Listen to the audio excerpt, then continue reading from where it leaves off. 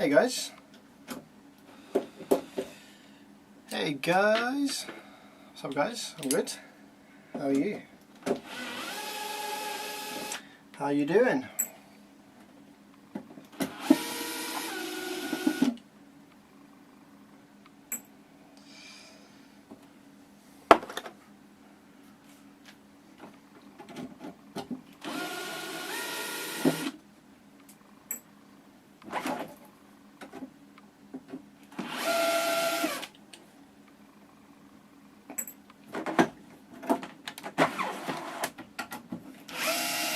Yeah, infinite baffle relies on as much cone area as you can use, so yeah, if you can get a 15 for your IB setup, then I would suggest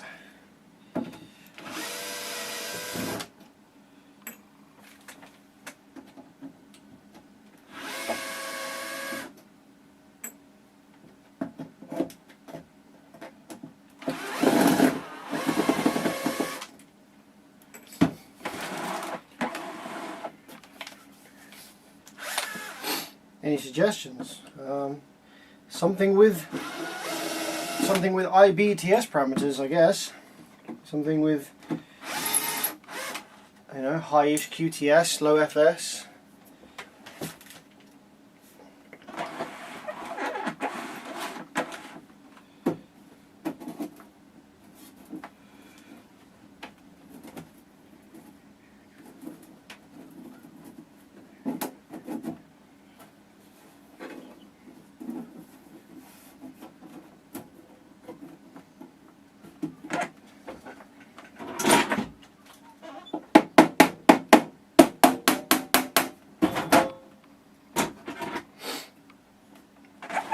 Been watching your old live streams? Oh no, there's plenty of old live streams with very interesting content in them. Hopefully you've not been watching too old. Okay, so this Camco Vortex 6 was sent in as returned not repaired. So this has been sent in by another shop, another technician if you like, and it was unrepaired, so we're going to see if we can repair it. It's possible that they didn't actually have a go, you know, it's possible they didn't actually get around to doing this one, although I can see some evidence of work being done to the traces around the power supply oscillation board. This camera doesn't zoom out enough really.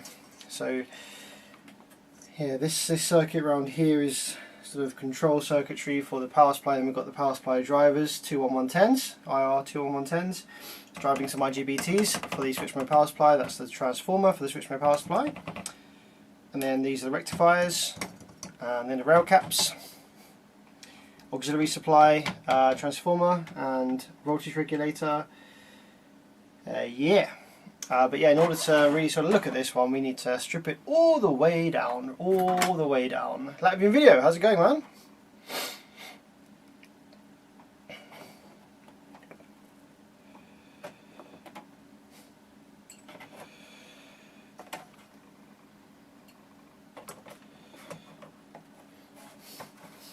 So, the Camco Vortex 6s and the 4s, just Camco Vortex in general, if it's failed, it's almost certainly, like 90% certainly, it's not happy because there are some snapped legs of MOSFETs and transistors underneath the heat sinks.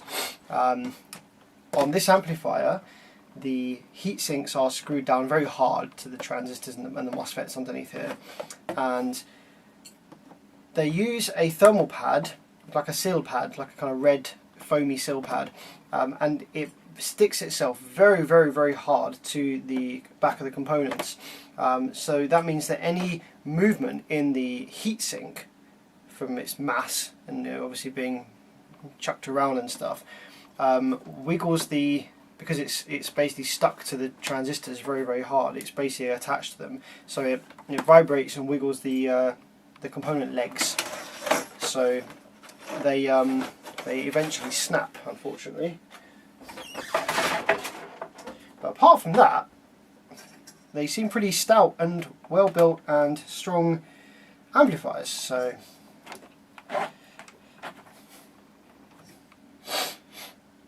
what we're going to do is just strip it down and see how many snapped parts we've got underneath. Now sometimes these have screws and sometimes they're just kind of like locked in. So this one doesn't appear to it's got one screw there, but all the other points are just these kind of tabs that you slide forward.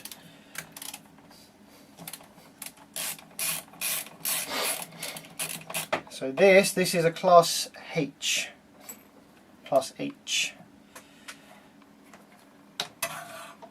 It's basically class AB, but the rail voltage has 3 different steps. It has like the idle state, or the low power state, then it has an intermediate and medium state, and then it has a high output state, and it will follow the sine wave. So if the sine wave exceeds state 1, then it will switch to stage 2 for that channel, and then stage 3 following the sine wave. And it's actually some diodes and MOSFETs by the outputs that are responsible for that rail switching that get snapped and cause the amplifier to go into protect. Now this screw is very not a screw anymore. Like I said, this is coming from another technician, and this looks like it's been stripped. Looks like it's been stripped and is not actually in the threads. So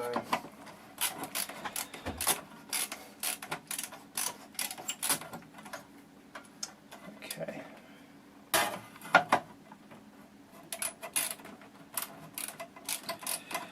Oh guys, a bit of an update for you. I bought another Proton Gen 2.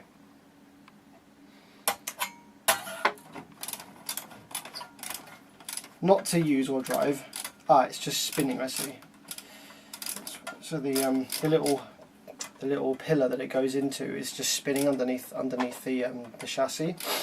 So I need to stop that from spinning somehow, and then the screw will come out.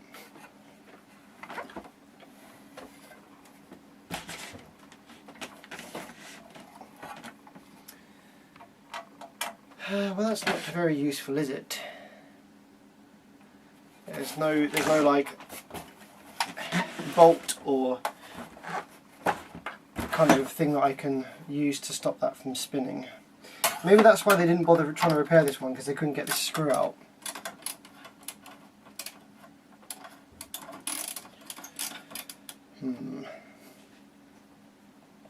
What to do here? Maybe I can just snap it off. It doesn't really need these screws because it's locked in with the tabs. So most of the time on these, they don't kill any output transistors. Like I say, it's just snapped legs for the class H circuitry that's the reason that these stop working. So it's a relatively simple fix. You just change all the parts that have snapped legs, and usually they just come back to life. Sometimes I've had a couple here that have got blown switch mode power supplies, so they can also blow the switch mode power supply. Can you melt a slot in it with your soldering iron? What, melt into the metal? No, my soldering iron doesn't go up to 800 degrees Celsius, unfortunately, my friend. It's metal. It's a metal pillar.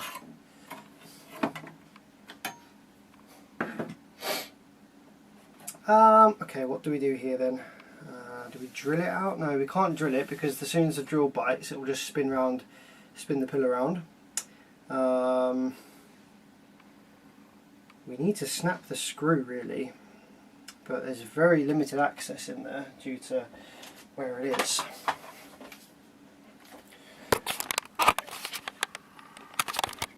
The screw is in here somewhere.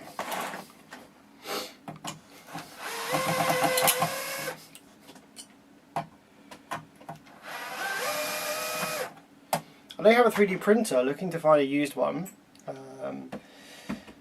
I don't know anything about 3D printing. I have a 3D printer, so I know how to use the one I have, which is an Ender 5 Plus, but they're kind of outdated now.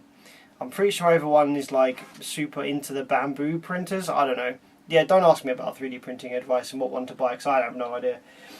I just bought an Ender 5 because it was local to me and it was pretty cheap for what you got. Like, I wouldn't be able to assist you with what the best printer is or anything like that. I use a 3D printer because it's useful for me, but I'm not like super into 3D printing. I like follow all the new updates and the models and releases and stuff.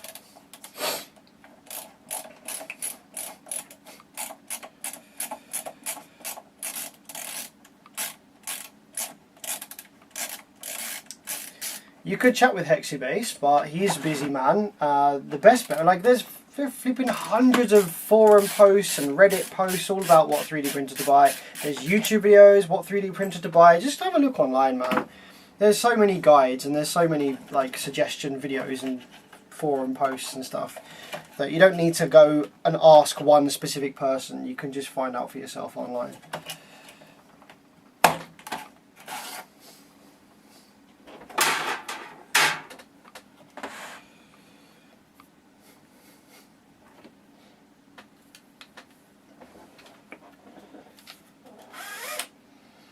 So the second Proton Gen 2 that I bought, so my Gen 2, I've had it obviously for 14 years now, getting on for 15 years almost. It's a 56 plate, and no, sorry, it's a 57 plate, and it's got 85,000 miles, which is not really a huge amount of miles, let's be honest. But there are definitely some things on it that are quite tired. Mechanical things that are quite tired. And also cosmetic things that are a bit tired, like especially in the interior and stuff like that. So it needs some love, it needs some TLC, which I have been doing. But in terms of like bits and pieces for it, parts for it are not super available. So you can't just get new parts for it super available, because they don't make the car anymore. There isn't any Proton dealers in the UK anymore, as far as I'm aware. So getting new parts is either going to be imported from Malaysia or relatively expensive, because they're going to be bespoke parts. For example, one of the parts I need a cabin heater matrix. I need the little radiator that goes behind the dash that the coolant flows through, that then the hot air fan blows through to heat the cabin. That my one's got a big leak, a hole in it, so I bypassed it. So I don't have any heating in the cabin, which sucks in the UK because it's freaking cold. So I can either have a brand new one of those custom made for about £120, probably have to pay extra for delivery and stuff like that. So that was one thing I needed. I could do with two new rear tail lights. They're very bad, and one of them's got a hole in it, so water gets in. I need something to do with the radiator fan control circuitry system. I need something like that.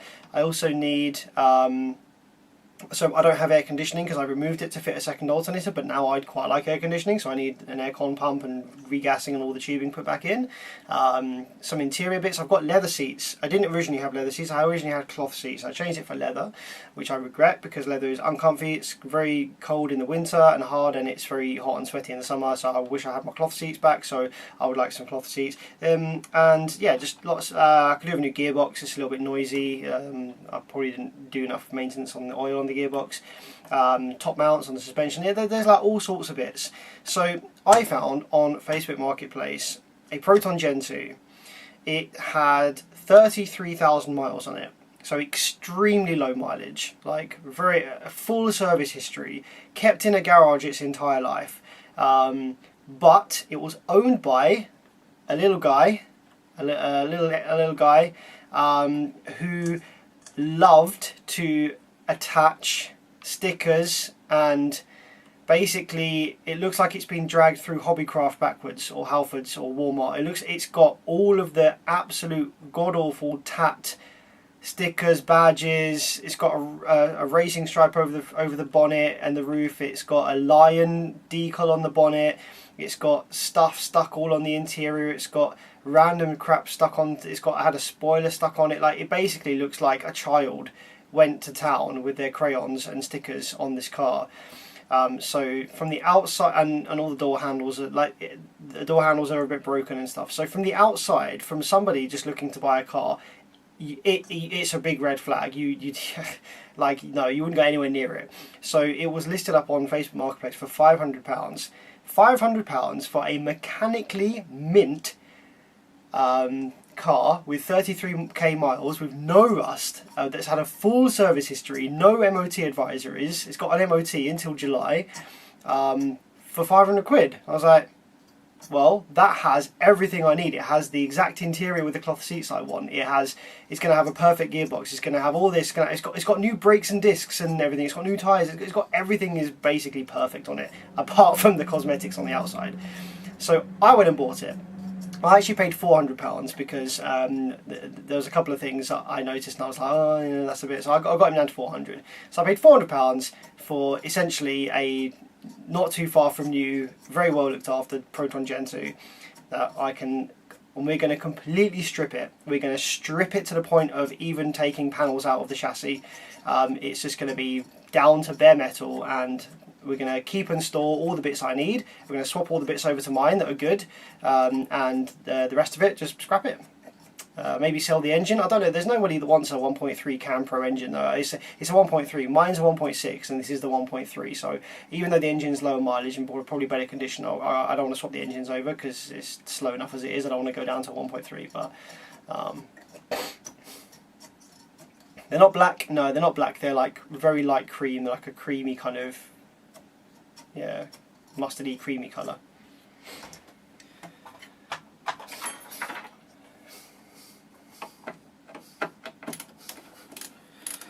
So yeah, that's currently. Oh, there we go. Screw came out for some reason. That's random. Didn't even complain that time. So yeah, that is currently sitting across my house. I'm very embarrassed about it because it looks, like I say, it looks an absolute state. Do you guys want to see a picture of it? I can get a picture of it. Who wants to see the £500 Facebook Marketplace Proton that I purchased? Who'd like to see it? Oh, and the engine bay as well. Guys, you're in for a laugh. You're in for an absolute crease up here. Let me just find some pictures and I'll show you. Hang on.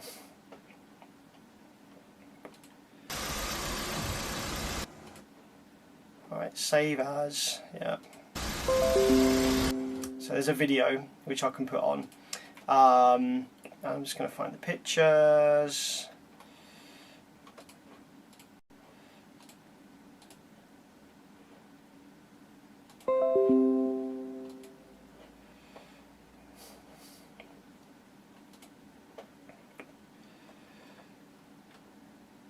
Yeah, most parts I need. Yeah, so you know, for me to buy the heater matrix, 2 new rear tail lights, an entire interior set, the radiator fan, control circuitry type stuff, the air conditioning, and have all that done and gassed, new brakes and pads, gearbox,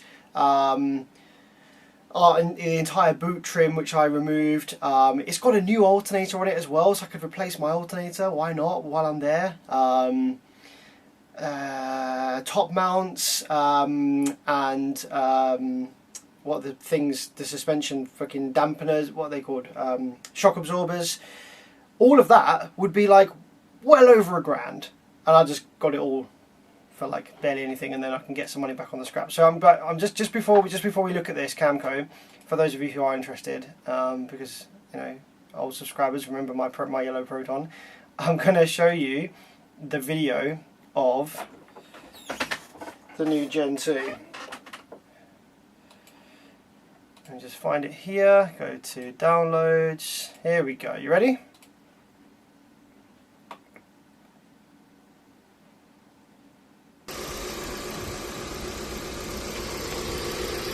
So this is the engine bay.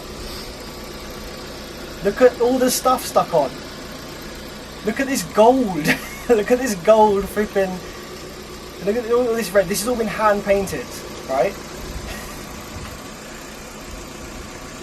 So that's the engine bay. This is the outside. So I'm just going to can I pause this for a sec? So the guy selling it tried to remove a bunch of the crap, right? Which is why there's no stripe anymore and why it looks like really like shit. But all of this red door handles and this strip up the side, and it had a spoiler which he ripped off. So there's all glue remnants on the back. Tiger stickers, limited edition stickers, limited edition on the fuel cap, red door handles painted, crap on the side, chrome door handle, painted black wing mirrors with limited edition, and then this red and black stuff on the front bumper, which has been tried to be ripped off. Why? But the interior could do with could do with a bit of a clean, but it's actually not bad. It's like, that's fine. That's in better condition than my cloth seats were when I took them out. So that's getting ripped out. Rear door cards, I need those because I cut holes in the original ones. It's got front original door cards, which obviously I won't be using, so I got my T-line ones. Steering wheel was actually in better condition than mine if I remove that Proton badge that he stuck on. So that's that, and yeah, if I just change this, it can show you a picture of what it looked like in its former glory, guys. So I managed to get the guy to send me a picture of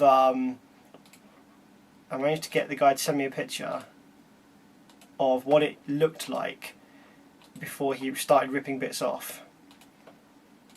Here we go. So this is what it looked like before he started ripping bits off to sell. So what is this stuff on the bumper? Like it's kind of rubber. It's like this kind of rubbery stuff, rubbery red like strip stuff, right? And you got what looks like a Bentley badge on the front, a Tiger, this strip, limited edition, red painted wipers, red random reflective strip up the side, red door handles, and then I don't know if you can just about make out the little ducktail spoiler. This weird tribal thing on the windscreen there. Yeah, really strange. I can't understand how you could do this to a car and think it looks okay and think it looks good. But yes, exactly. As a donor car, that is solid. Like 33k miles, full service history, been pampered and looked after. I think probably what it was is it was probably owned by an old granddad and kept in his garage. And then he sold it to this guy who'd done all these stickers and stuff to it. So most of its life it's had a very pampered, very taken care of, slow driving to the shops type of life. And I'm going to come along and rip it to pieces and put all the good bits in my Proton, because why not?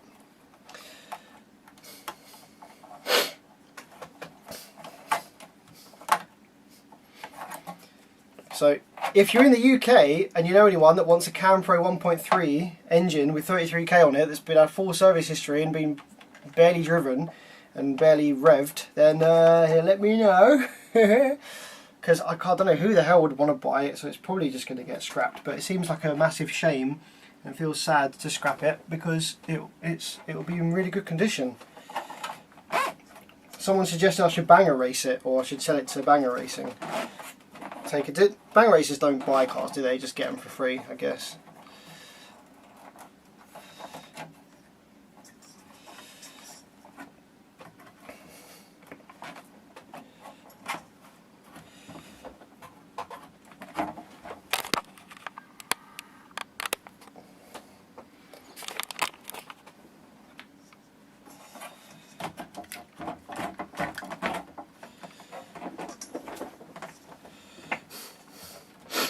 Save the engine for a spare. I could save it for a spare, but it's where to store it, firstly, and secondly, it's a 1.3. My engine's 1.6, so if anything did happen to my engine, I guess I could put the 1.3 in, you know, just to get me out of trouble. But it would be even slower than mine, and mine's pretty slow as it is, and mine's very heavy because of all the sound deadening. The T-line door cards weigh an absolute ton, and I've got much bigger wheels on mine, which makes it feel slower. You know, it's like changes the final ratio.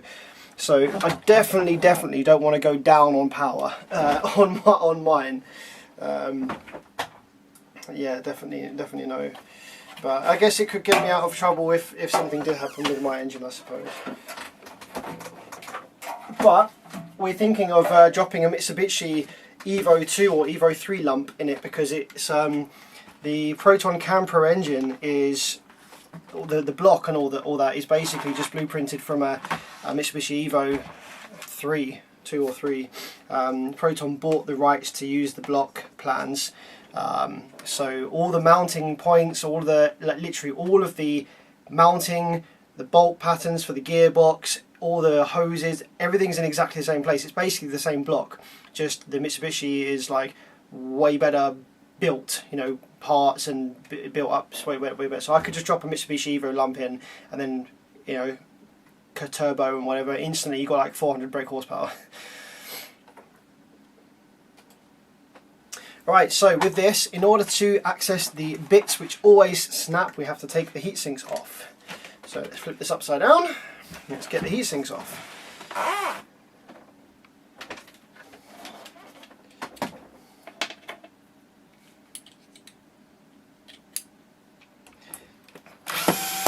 Yeah, exactly. It's literally a drop-in engine swap. The only thing that obviously isn't going to work is the dashboard, the clocks, but you can change that. You can 3D print something to put the Evo clocks in, perhaps. Yeah, there's definitely options.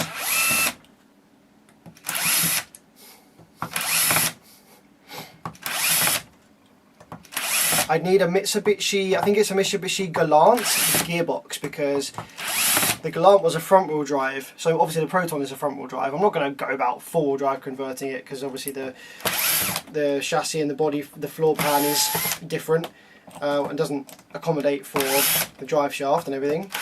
But obviously, yeah, so I wouldn't be able to fit the Evo gearbox, so I'd need the engine, the Evo engine, but the Galant gearbox, because that will bolt on, and that's good for 2-wheel drive. Oh, well, I think I might also take off the heat sinks for the switch mode power supply, maybe, because the thyristors on the switch mode power supply have a tendency to snap their legs as well, and I'd like to check that if I can. So yeah, let's do that. Let's put these all in a bag.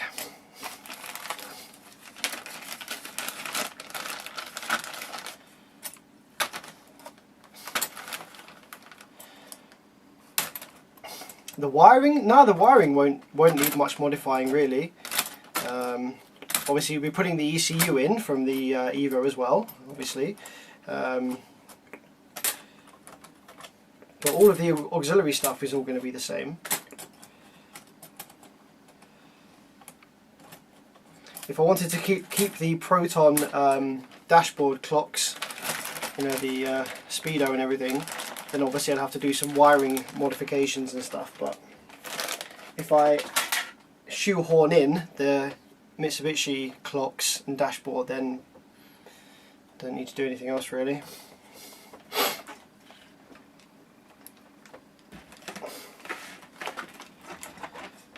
Okay,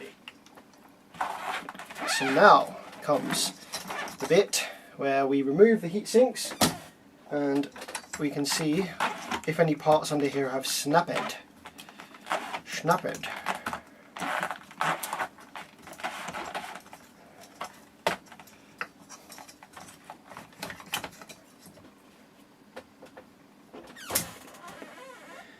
MS Official, how's it going, my friend?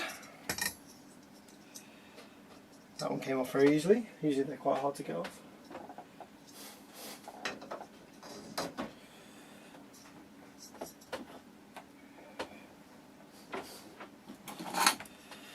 So this is what I'm saying about the heat sinks getting stuck to the parts here. So you see, you got this thermal pad, okay? Well, the parts are like stuck to the heatsink on the thermal pad. So when the heatsink kind of moves and vibrates, you know, under transport and stuff like that, it puts stress and strain on the legs and it snaps them eventually. And you can also snap the legs quite easily just by removing these heat sinks trying to get them off, because obviously they're very stuck. So to get them off, I don't know if I can put the camera in a location that will stay put. I can show you what I will do. Usually just try and get some pliers underneath here and grab the part, twist it like that, and then the heatsink comes off like this.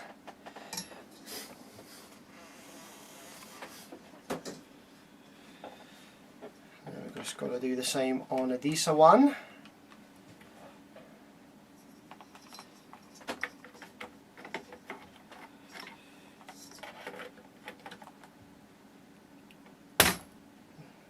See how tough that was to get off.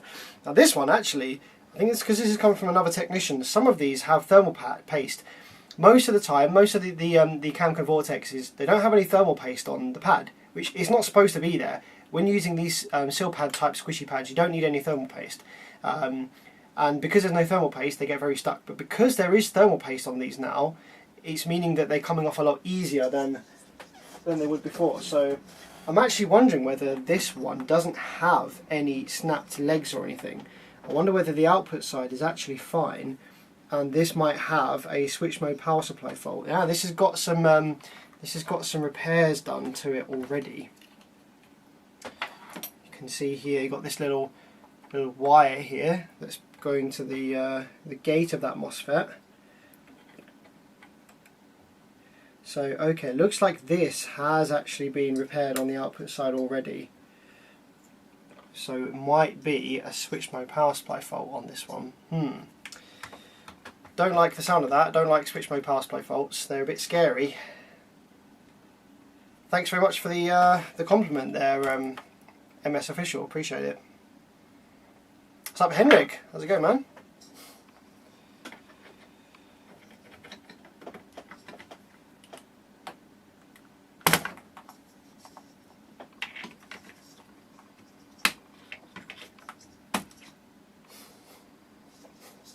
Yeah, see how this one doesn't have any thermal grease.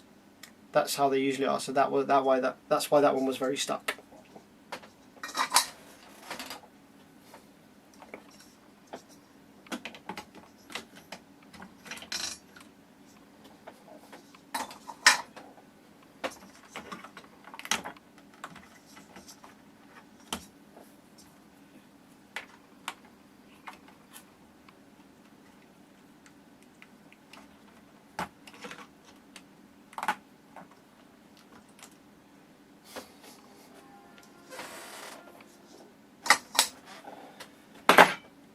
Alright, so now that all the heat sinks are off, let's have a look at the output section. So these are all of the output transistors for the class, class H. And over here we've got some MOSFETs which are switching the rails for each channel, and we've got some diodes here as well. So I just want to go along and make sure that none of these are snapped or anything like that. Like I say, it looks like this has kind of been worked on already, and a lot of these legs have been like soldered, so I suspect these are all fine. So the reason that this doesn't work is probably a switched mode power supply problem. Okay, this diode has a I don't like the look of this diode here, but this won't be causing any problems. But I'm gonna replace that one because that one looks a bit dodgy, and that one's actually had a big spark.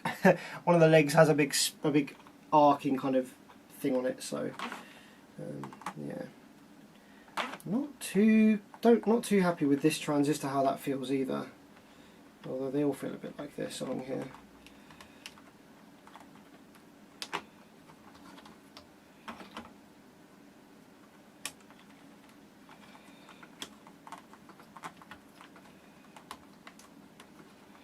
I don't like this. This can go. This thermal pad stuff. See ya.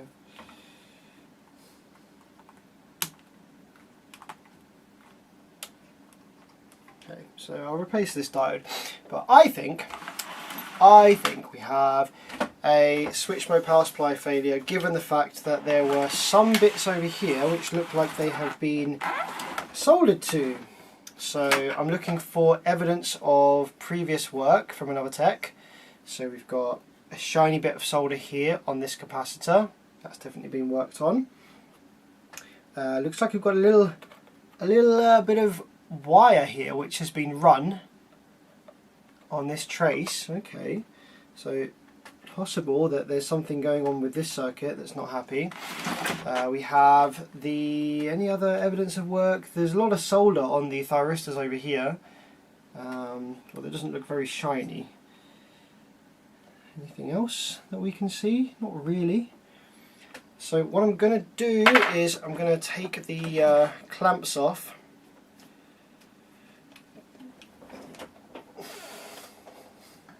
For this one. I'm trying to do this while also holding the camera, which is not easy, so let's just get this a bit better oriented.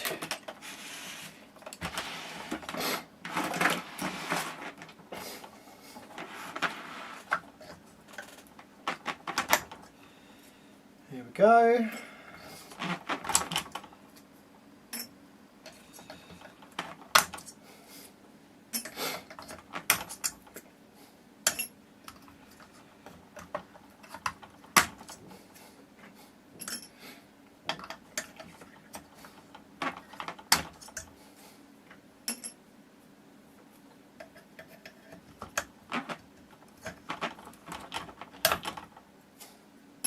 Okay, so now that all those are off, so with the MOSFETs in the output section, it's not actually critical in this instance to batch match them because each FET is switching the rail for each channel. So it's not like Class D and they're not in parallel, so they haven't actually got to be batch matched in this instance. But the IGBTs do need to be batch matched. So I'm probably going to have to do this with both hands, so I'll have to put the camera down somewhere. Can we clip the camera onto the board here? That might be cool. Actually, you know what? This Logitech StreamCam has come in mad handy. This is a pretty good view, isn't it? Like, I don't usually get nice close-up views like this. So just like the transistors and the MOSFETs in the output section, all of these IGBTs, these are all stuck. Stuck to the heatsink. So we're going to have to attempt to get them off somehow. Usually you can just get some pliers in either side and wiggle them, wiggle them back and forth, and that will get them off. But before I do that, maybe I should just check to see whether any of these have any snapped legs or anything. We can put our multimeter across them as well. Big diode there, and the IGBTs. So I'm in the UK.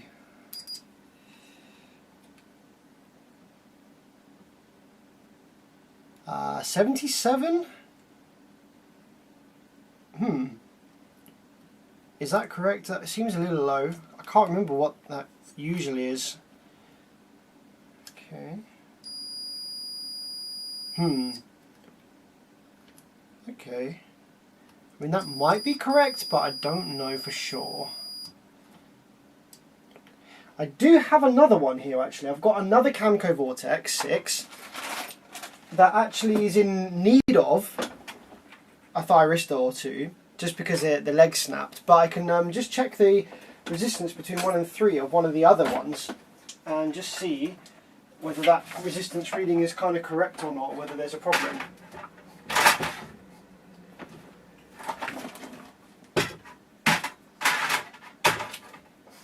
So let me just put the other Vortex 6 up here on the desk. Here we go.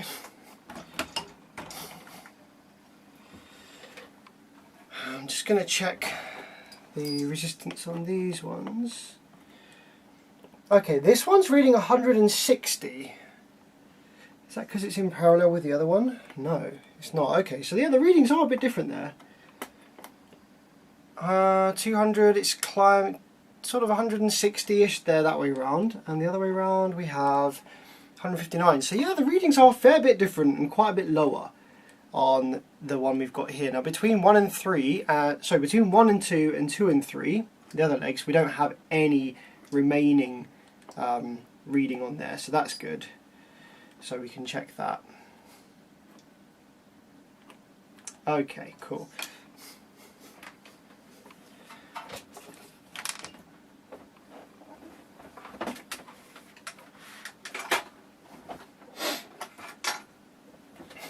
So yeah, I think I would like to pull these thyristors, because they seem to be reading a little bit low. So in order to do that, I've got to get this heatsink off. Okay, there we go, that's one away. Now the caps are kind of in the way. I can try and do this with this one. There we go, that's another one. Another one. Another one.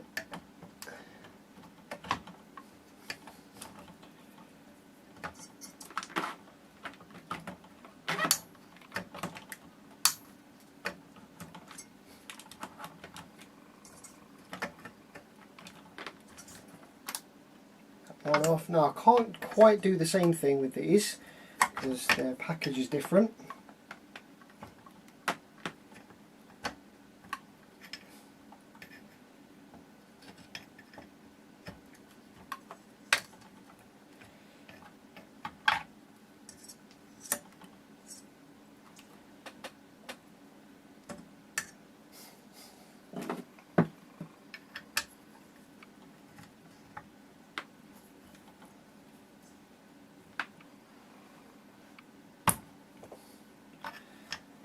Joseph Hammond, how's it going, my friend? Okay, there we go. Wasn't too difficult. They're all off of the heatsink now. And the heatsink itself is actually stuck to the board with a thermal pad as well. So we just need to get that off as well. Oh my goodness, that is very, very stuck. Wow, why is that so stuck? There's not a is there a, there's a screw that I've missed, I think. Usually there's not another screw, but I think someone's put another screw in. It definitely feels like there's a screw. Oh yes, a couple of screws in there. No worries.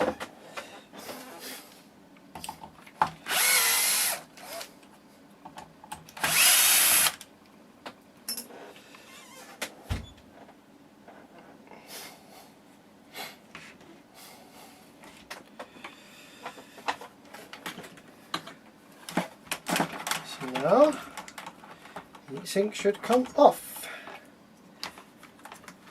There we go. Lovely stuff. Now, this actually had a bit of solder underneath it. That's not good. Let's pop that with the rest. Now let's just give these a little wiggle.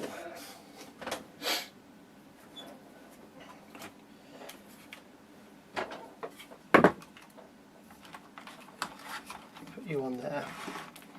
I'm going to give these ones a bit of a wiggle because these ones can snap sometimes. They seem to be fairly intact though, but I'm thinking just because they were reading quite low, I'm thinking to replace those anyway. Let's read some of the readings across the IGBTs and see what we've got here. So yeah, like I say, across these ones we're lower than we were on the other amp. Between 1 and 2 and 2 and 3 it seems okay though.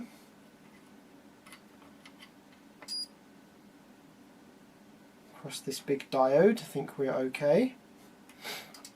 IGBTs. Yeah, that one seems okay. That one seems okay.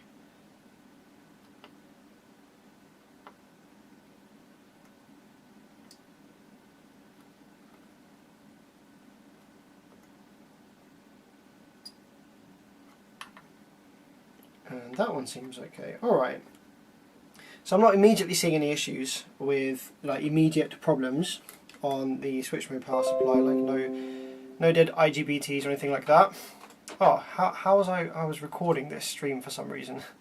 Let me stop that and delete that. And just empty my recycle bin because I just got a notification that my PC was running out of space.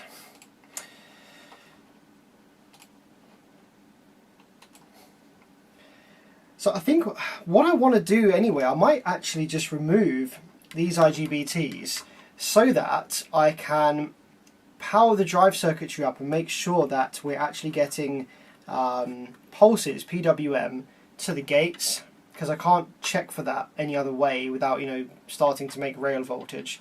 I don't know if I want to do that quite yet. Maybe I should just plug it in and see what happens. Before I do that though, I'm going to change the diode over here that I noticed was kind of bad. So let's do that. Change the diode over there first.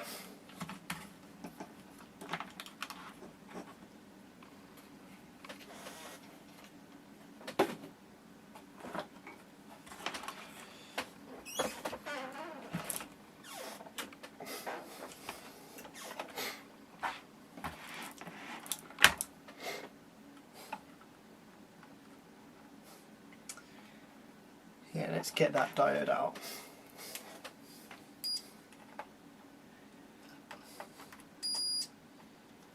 While we're here, it might be worth just checking to see whether we have any dead outputs. So what we are going to get is we're going to get a low resistance between 1 and 3 because that's how this is working. So what we want to make sure is though is we don't get any low resistances between 1 and 2 or 2 and 3. So we're just going to kind of do this little dance with the multimeter probes. Like this.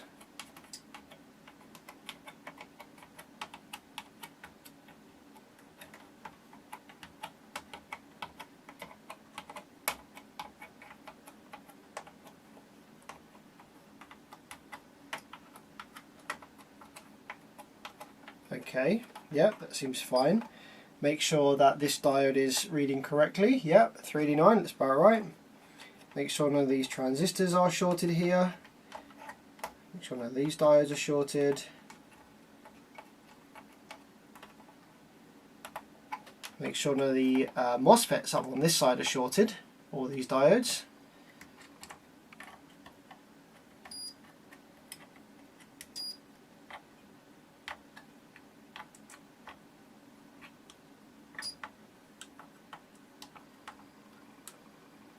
Okay, we're all looking good over there.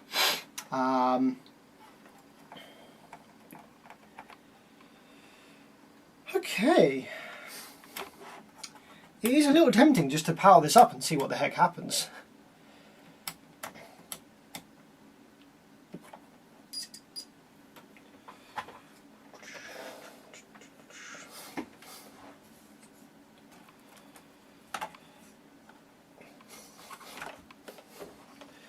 We do have one more heatsink here that has the rectifier diodes on it. I haven't seen any of those snap yet in any of the amps that I've had. Doesn't mean that they can't, but I haven't seen it yet. So yeah, I don't know, I'm kind of tempted just to, you know, put some mains power in it and see what the bloody hell happens.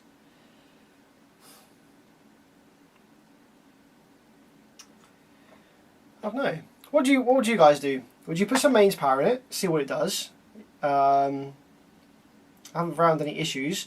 Or would you remove the IGBTs, check for gate drive to them first before going any further? Looks like it's had a couple of new rail bulk caps actually. These capacitors over here, these two are smaller than the other two. Actually, it's had a few new bulk caps. Someone's removed all of these caps actually in the past.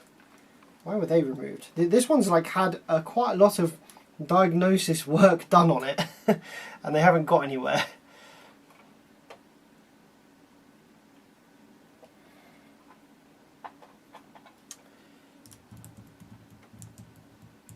I think we're just going to put some power in it and see what happens.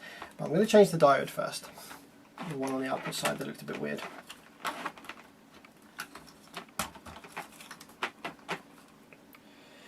Can you inject power without plugging mains in?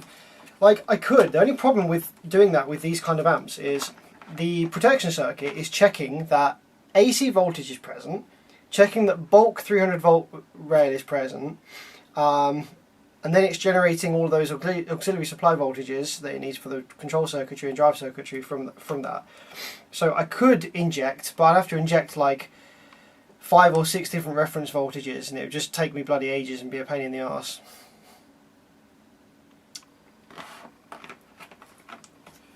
I did try just injecting the auxiliary power supply for the IR2110s and the SG3525, but that didn't work because the 3525 was like, nah man, there's a problem here. So I don't know. I think we're just gonna replace the diode on the output section and then just plug it into the mains and see what it does. If it goes bang, then it'll be nice and fun on the stream for you guys, won't it?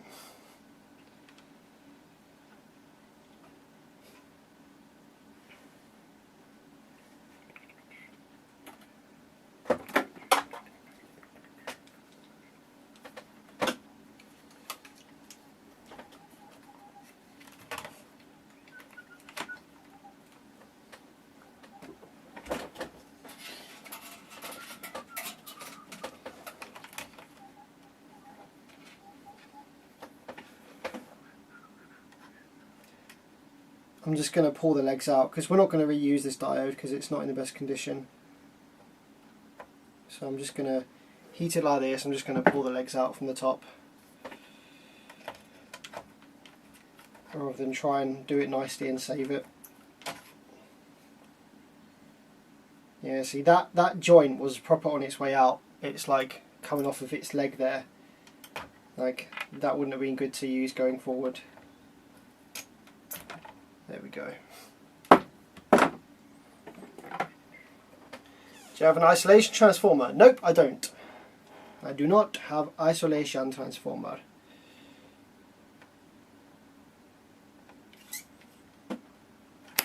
What I do have is a floating scope.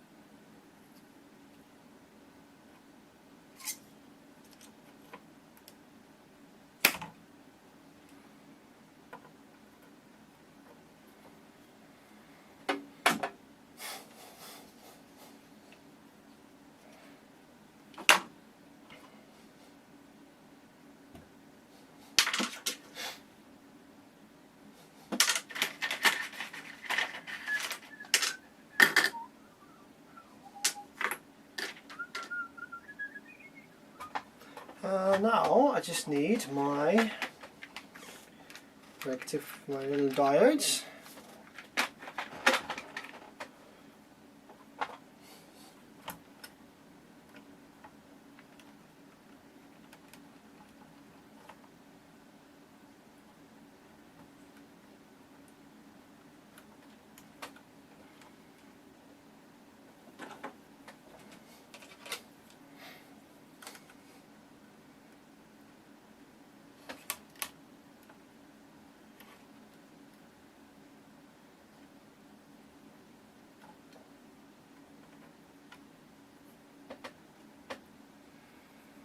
Sweet, okay.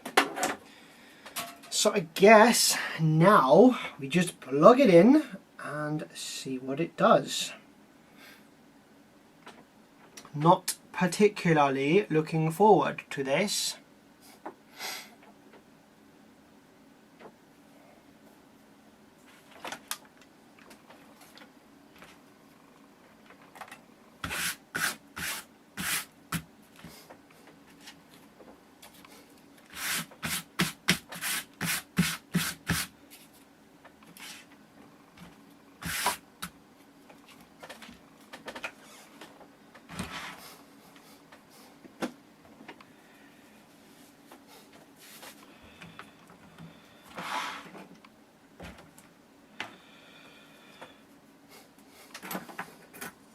So to get it powered up, we need to short out this this switch here, which is normally the power switch. So we're going to short that out.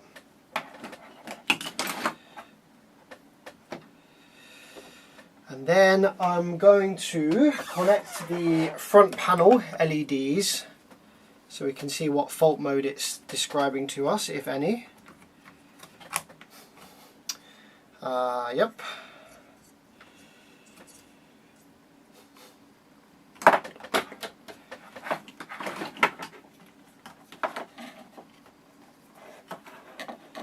And we're going to turn the oscilloscope on.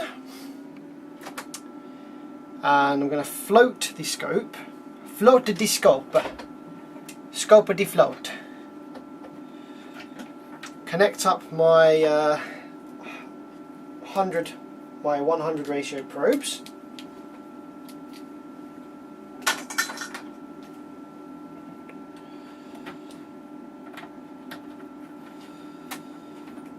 Okay.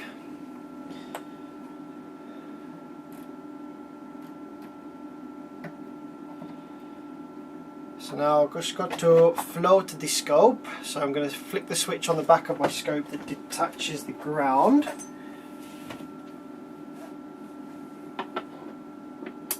There we go.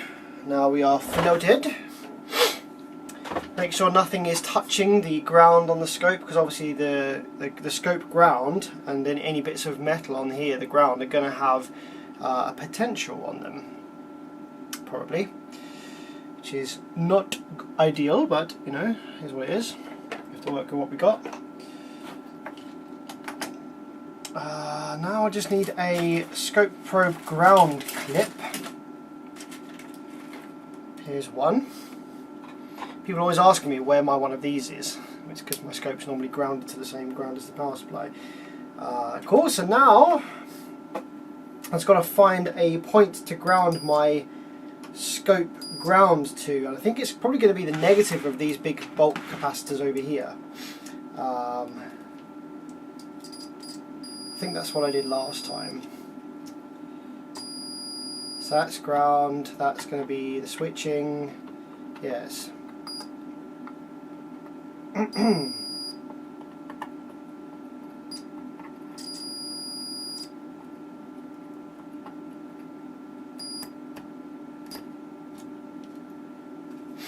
this one's going to be positive high side, yep. Okay, so we're going to ground our scope over on this resistor over here. So just to show you, there's the bulk caps, and there's a couple of resistors here. This one, they're basically pull down resistors, but this point right here, this resistor point right here, this is the negative of the caps, so that's our ground point for the SMPS. So we're going to put a little ground wire on there.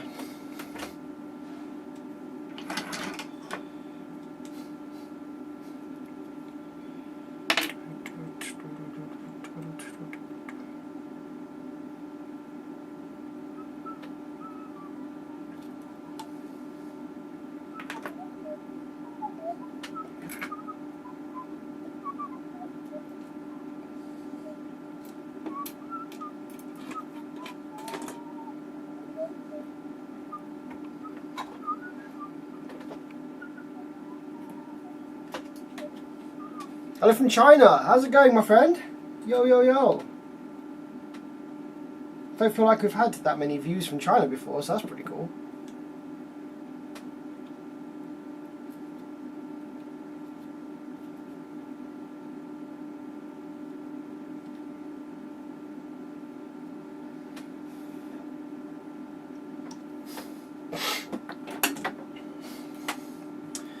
Right, ground probe on that ground point there.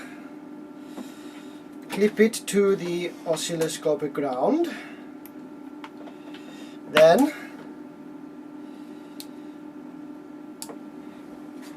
I'm going to grab one of my probe clips as well, because I want to clip this probe here to the switch mode power supply low side drain IGBT, so that we can see the switching. There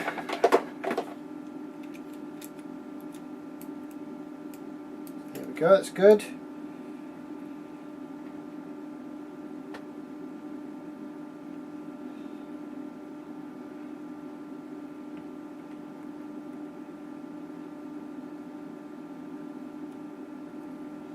think this probe's got a dodgy wire. Okay, that's good. That's working now. So I'm going to change my scope settings and tell it that I'm using a 100 probe.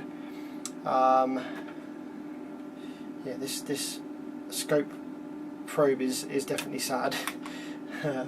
So now we're at 100 volts divide. 100 volts per division, sorry, 100 volts per division. I got told off for saying 100 volts divide. 100 volts per division. DC couple, it's fine. Yeah, I think that is fine and ready to go. Now I've just got to connect it to the mains.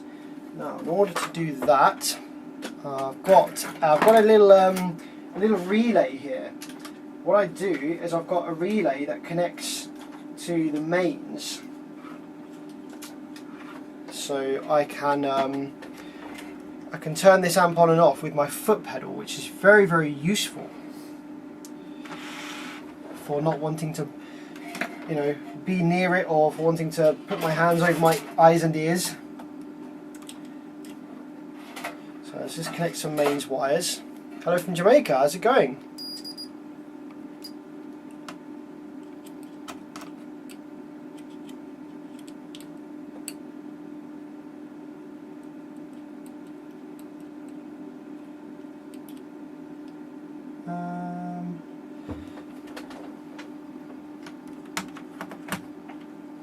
Okay.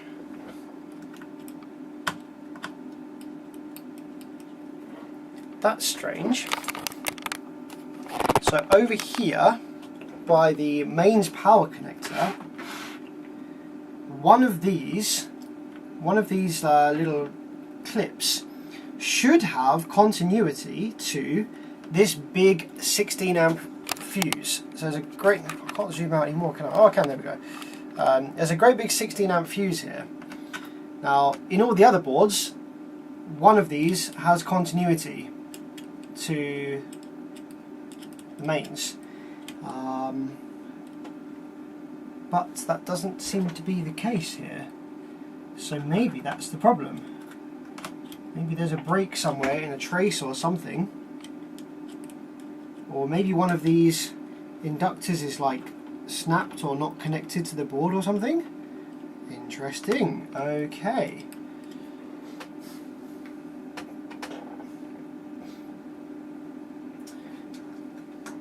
Now the layout of this one is slightly different to the Vortex that the second spare Vortex I've got. So let's just put the second spare Vortex I've got on here for a minute.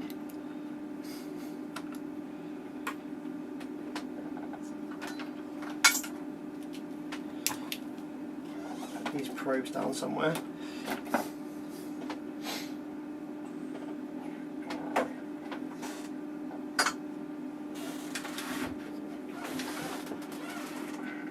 Okay, so here's the other Vortex 6 I've got in at the moment. So let's just line this up.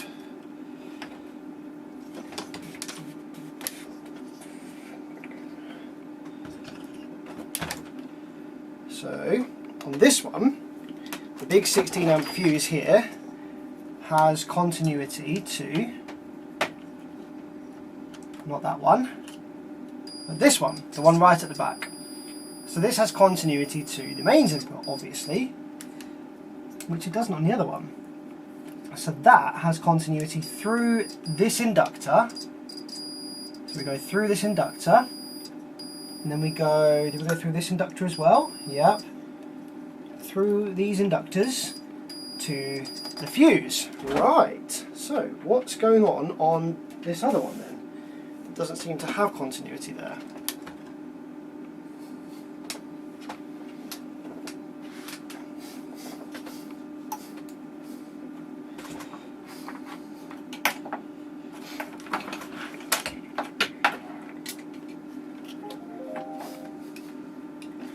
Uh-oh. Well, no, that's not necessarily the issue. That's the okay, I saw a big hole in the board, but that is the screw point that wouldn't come out earlier. Alright, so that's nothing to do with it. So we've got this point here right at the back.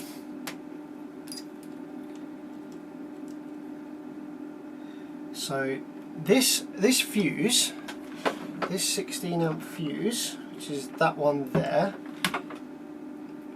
big boy, which is here, that's the fuse. That has continuity to this inductor,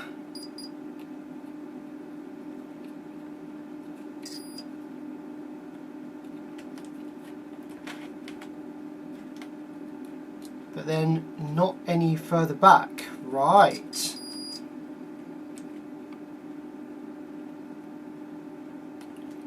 I'm pretty sure that there should be continuity further back.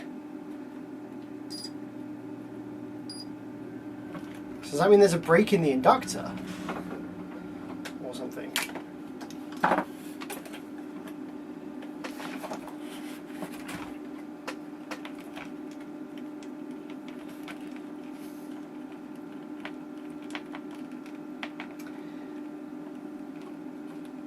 I think we're going to have to remove these inductors.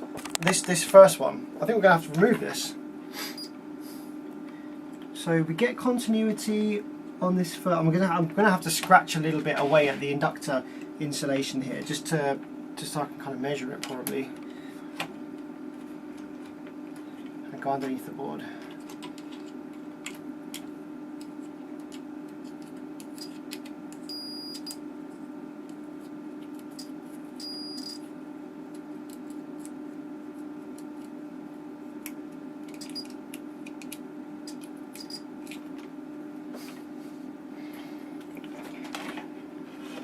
Is this a job, or do you do this as a hobby? Yes, this is my job. This is my full-time job.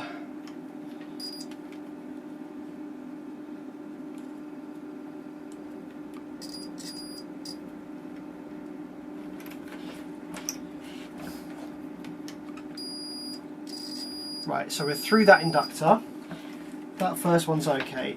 This second inductor appears to be for the neutral by the looks of it.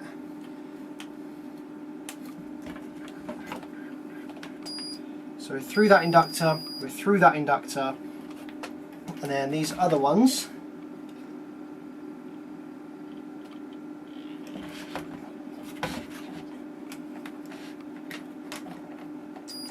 we're through that inductor, but we're not through that one. Oh, we are now.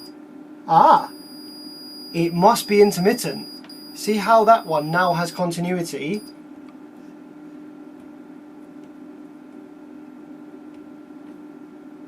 No, that still does have continuity. Right, yeah, now it doesn't. Okay, when I wiggle it, it does. When I wiggle it the other way, it doesn't. There we go. There's our problem. That inductor. Right. Let's get that out, shall we?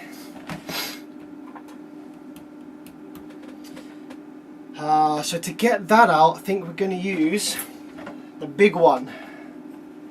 Boom! The big one.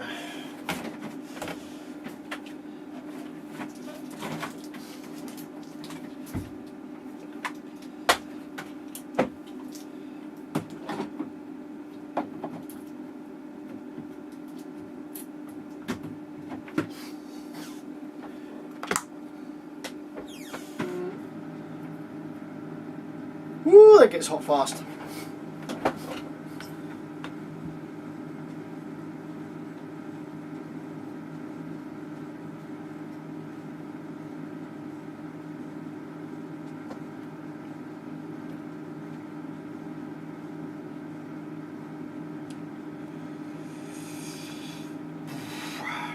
The chonky boy. This is 200 watts. You can see it says there, Weller W200D, 200 watts.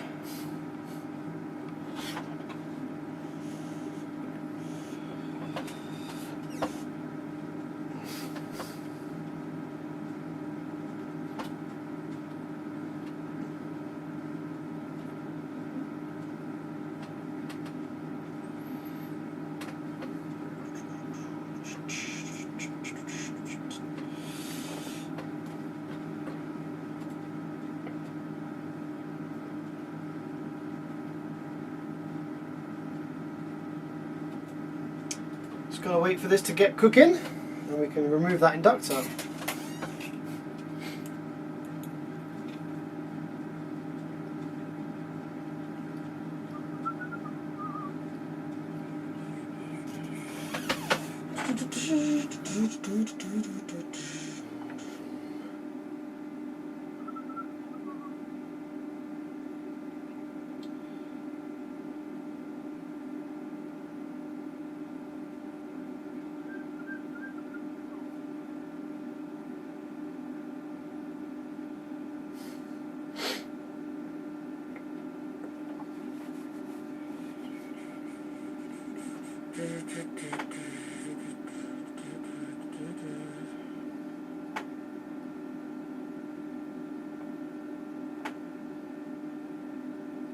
Who's spamming the reactions?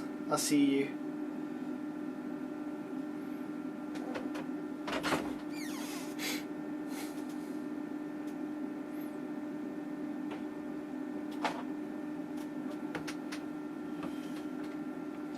Right, it still needs to heat up a bit more, but it is getting there.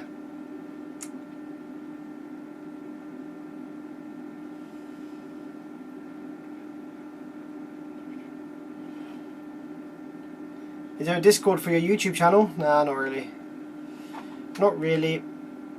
I can't keep up with having a Discord.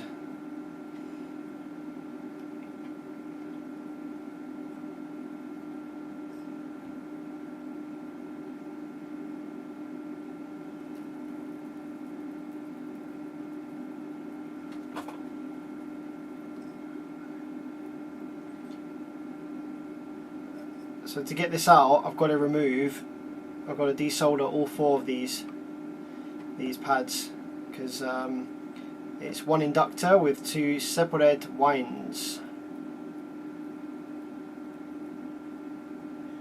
You should have multi-streamed to Twitch as well. I don't think there's much calling for this kind of thing on Twitch. I know Lewis Rossman was multi-streaming his repair stuff to Twitch when he was doing that, and it wasn't really worth it for him.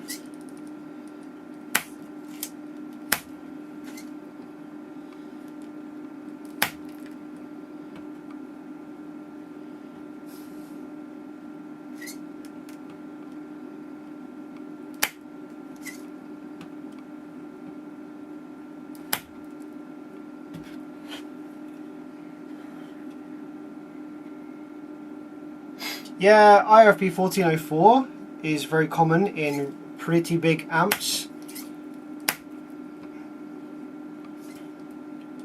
You've also got IRFB 3077, and there's a bunch of others as well. Something 180 I see used quite a lot in the tower amps and stuff. I can't remember what the exact model is. It looks like this has been removed once before, like it's missing part of the pad here.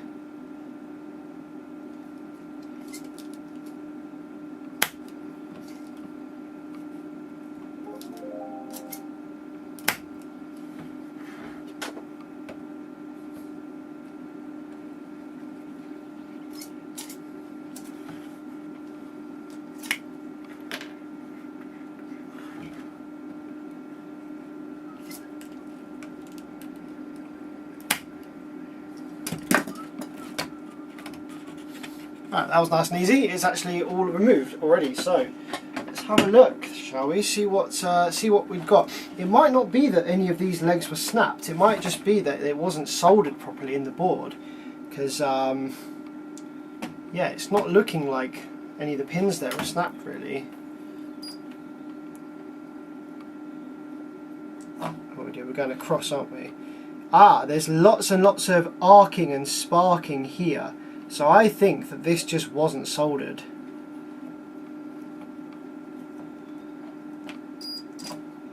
Alright, let's just file this down a bit. Can't find my file, so we'll just use a Stanley blade. But yeah, there's been loads of evidence of sparking and arcing going on this one.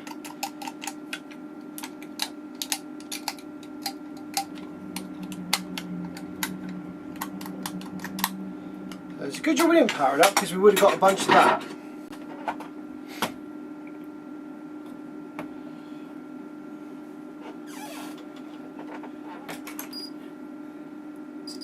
So yeah, obviously we've got continuity across that one, and we do have continuity across that one. Let's grab some pliers and give it a wiggle, make sure it's not sort of snapped or anything. That seems that's fully intact. So yeah, okay, it just wasn't soldered. Just wasn't soldered properly. So let's give that a go. Fix the solder problem down here. Let's do another suck through with that one.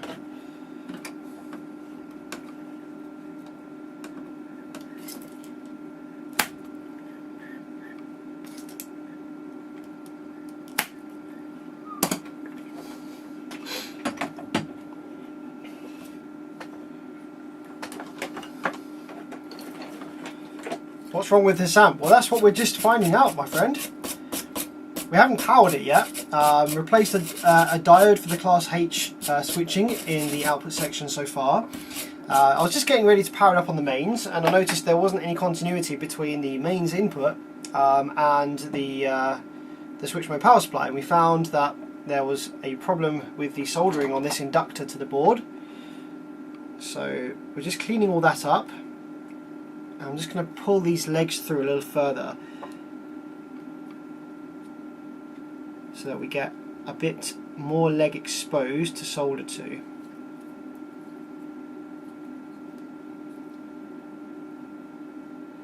There we go.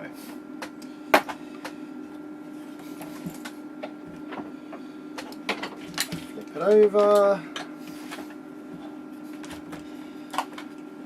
It looks like ideally this kind of wants to be soldered from the top of the board, but you can't get to it from the top of the board, you see. Look at this. So that's where all of the thick solder traces and pads are on the top, but we're having to solder from the bottom.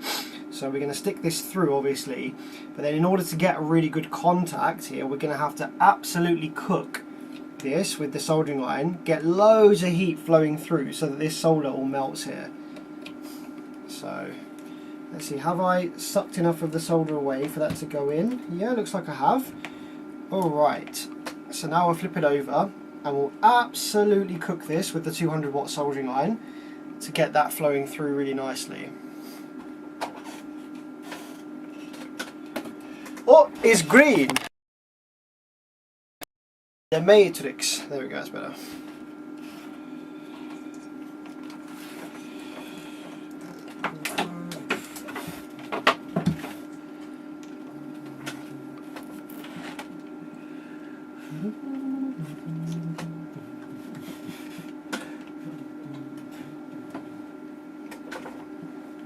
So I'm just going to sort of heat this through just first, just to kind of make sure that it's pushed down as far as it will go to start with.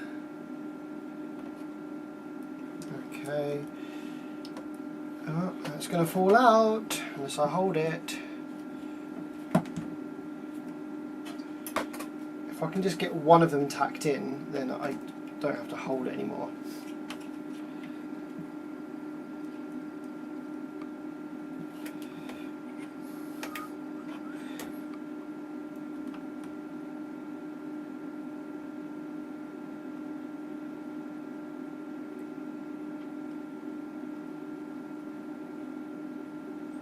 I've just tacked that on. I haven't properly heated that one through, but I'll just tack that on so that I don't have to hold it with my hand anymore. So now I'm just going to go ahead and absolutely cook this up. Get this proper cooked and proper flow through. Actually, we know what would have been good probably is to just dump some flux in here. I didn't do that on that one.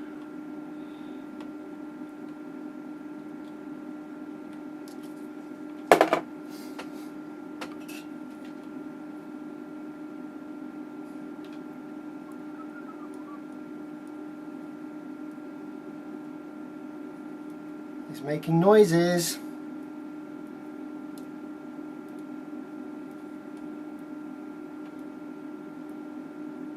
Right, that should be good. Let's give this one a go.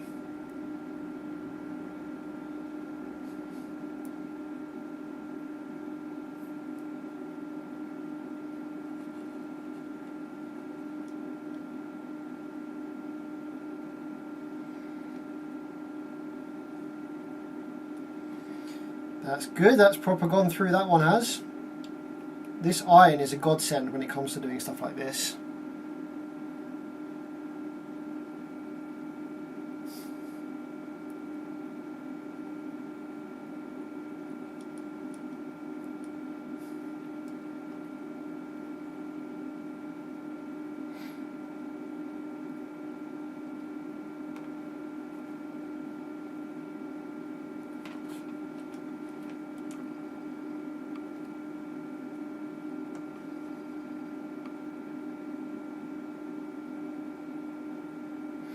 Yeah man, if you haven't used flux before, the first time you use it you're going to be like, oh my god, why didn't I use this stuff earlier?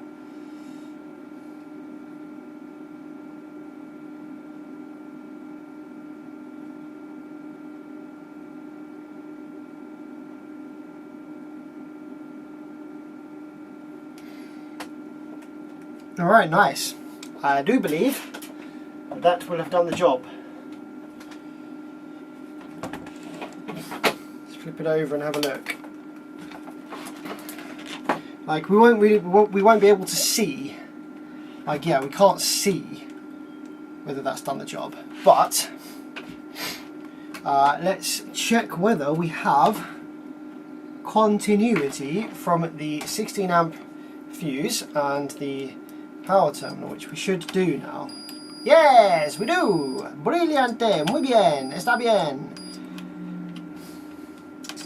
I've got a feeling I should reflow the solder on this other inductor as well, given that that one had a problem. Maybe they were both removed, so you know what? I'm going to do the thing and I'm going to just reflow the solder on the other one as well. Just as a preventative measure. You might as well, while we're here.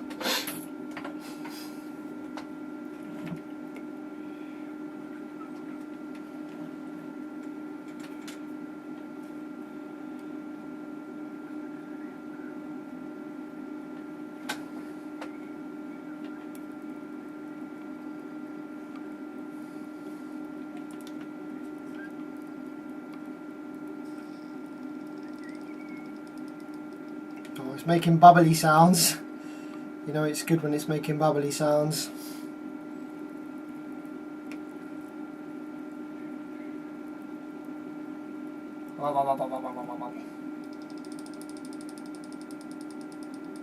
You can hear that, can't you? I'm sure you can hear that through the stream.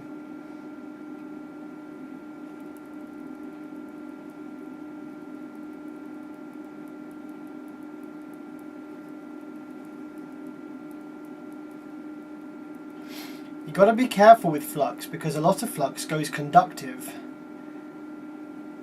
when it's heated and used. So you've got to make sure you get some no clean flux.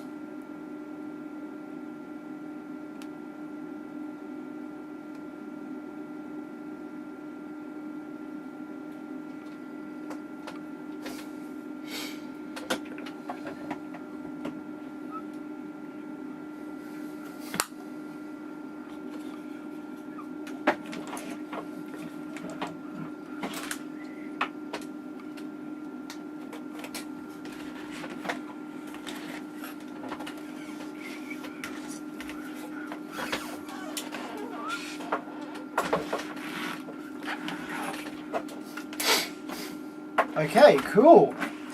So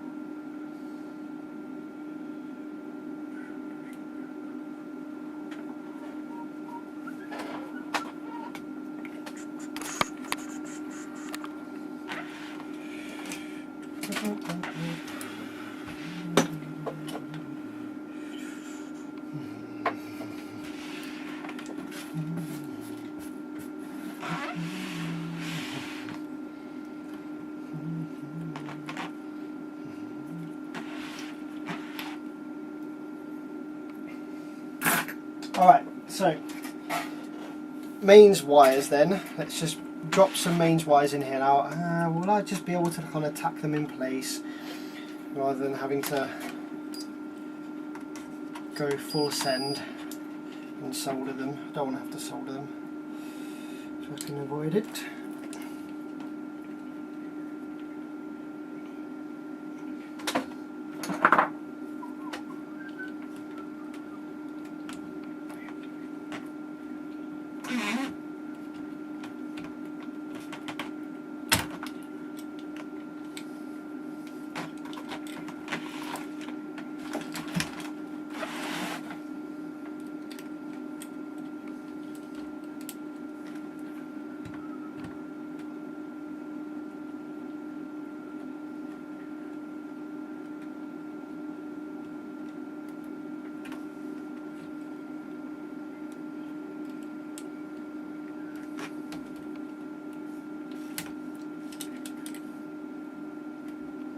Nah, I'm going to have to solder them. Never mind. Thought I could just clip them on, but I can't, so. Mains positive on the back. It doesn't really matter because it's AC, so it doesn't really matter which one goes where, but I like to keep in my mind, I like the fact that the live goes through the fuse. Just feels more correct, doesn't it?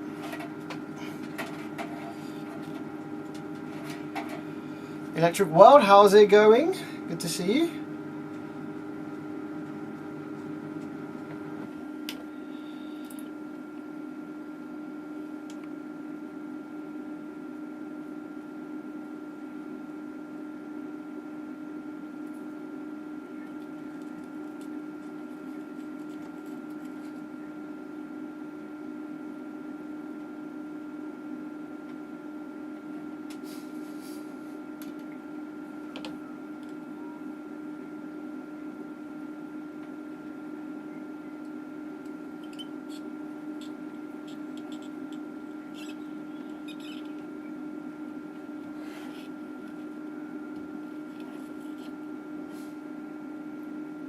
Okay, good stuff.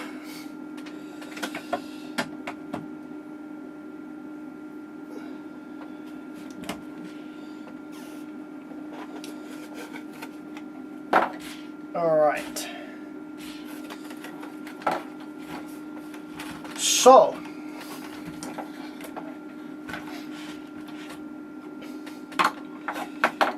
what we do now is I have a relay connected to a mains plug so that I can turn the mains on and off with my foot pedal.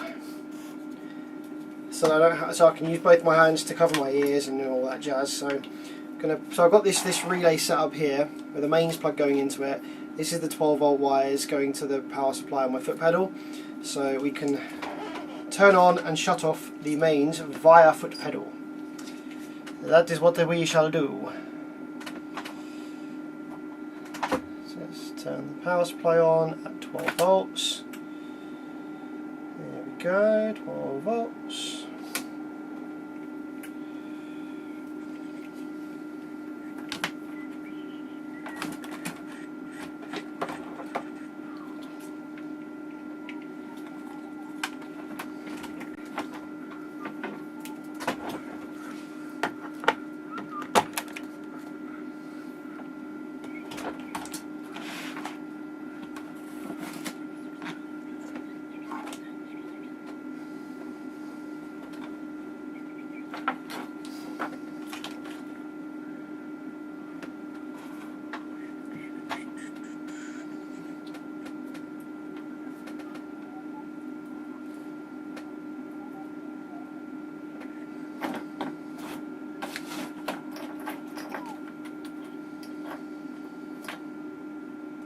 Okay, so let's just check the foot pedal works.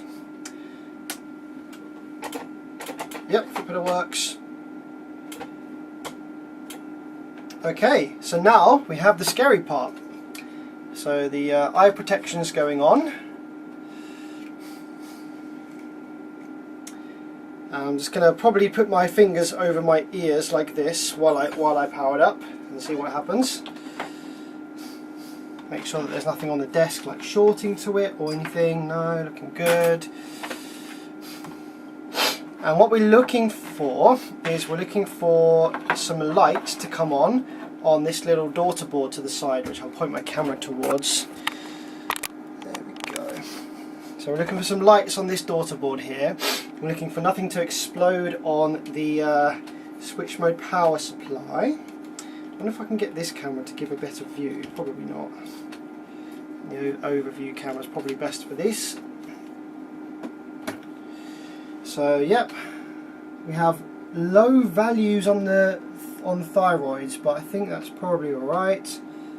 Sorry, not thyroids. Sorry, thyristors? Thyroid? I don't know.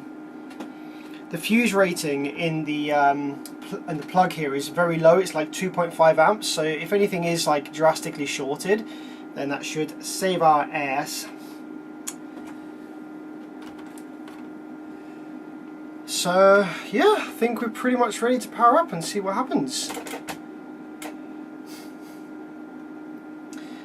Let's actually put my oscilloscope probe on the switch mode power supply. Why not? Actually, no, I'm not going to do that just yet because I don't need that extra risk if we don't need it. So, all right. So mains is going on. Okay. Are you ready? 3, 2, 1.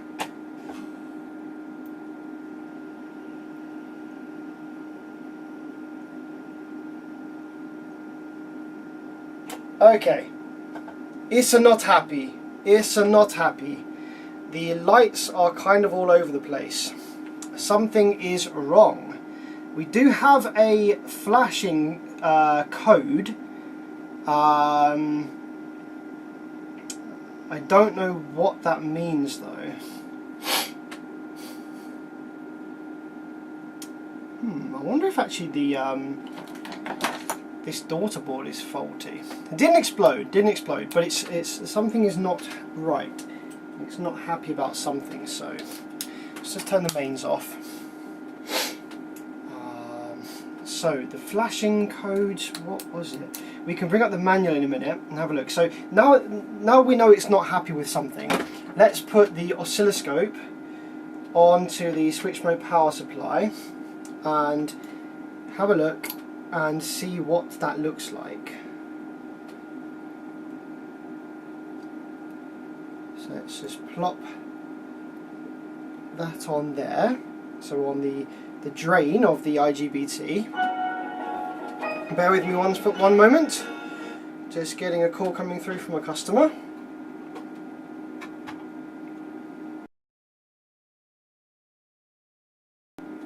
Nope, he's gone.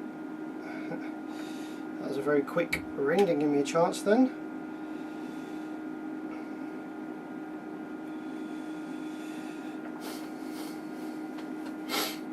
Right, yeah, so that's plugged in now.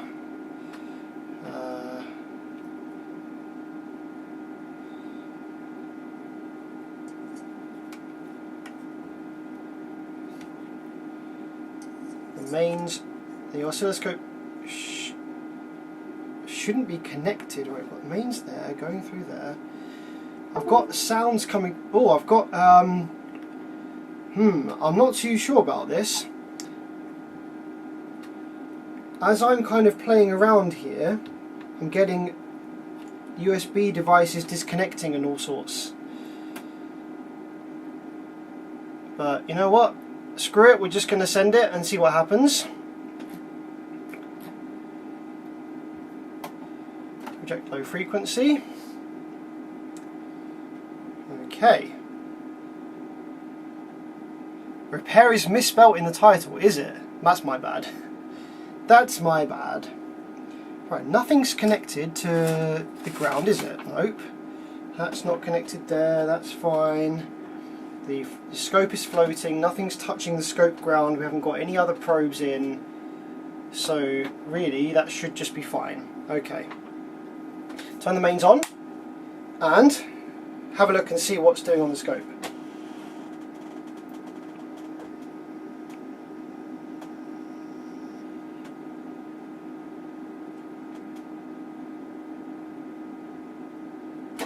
Okay, well, something happened there. Maybe the fuse blew. We didn't get any switch mode power supply stuff going on.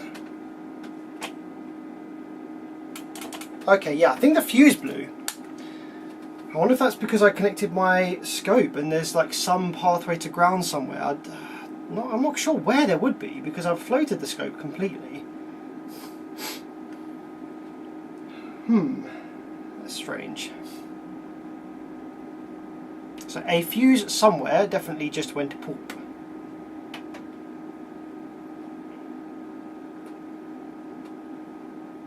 But I have done this before. I have used the scope like this, floated, to probe this in this orientation like this. So I'm not sure what it was unhappy about there.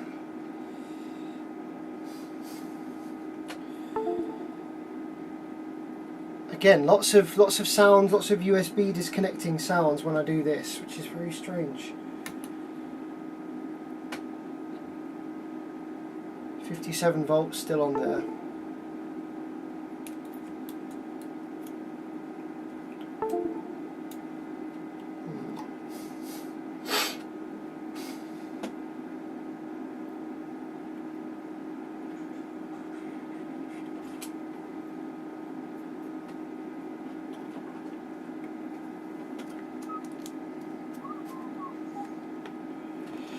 Let's see which fuse popped. It's probably going to be the one in here because this was like a little glass 2.5 amp I think it was. So let's have a look in here.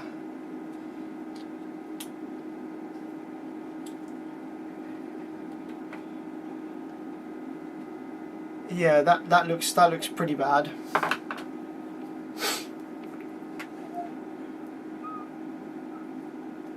Yeah. Okay, that one's still intact.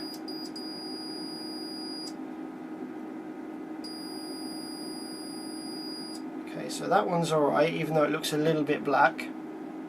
Let's check that there's continuity from the mains over here to the fuse here. There is. Yep, there's after that. Yep. So maybe the fuse in the plug failed. We've got fuses everywhere here. The UK got UK fuse plugs, all sorts. So there should be a 3 amp fuse in here. If I can get into it.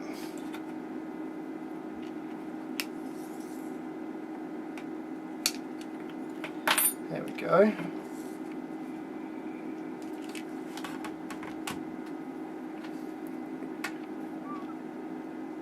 Okay, yeah, that fuse went. Right, so that was definitely drawing some current if the 3 amp is dead. Because 3 amp fuses don't blow at 3 amps, they blow at a lot more than 3 amps, really, on a short burst like that. So let's replace that fuse. That definitely probably saved our ass. Something wasn't happy with that. I'm going to use the thermal imaging camera now and power it up again and see if anything gets really hot on the board. That might indicate where the current is disappearing to.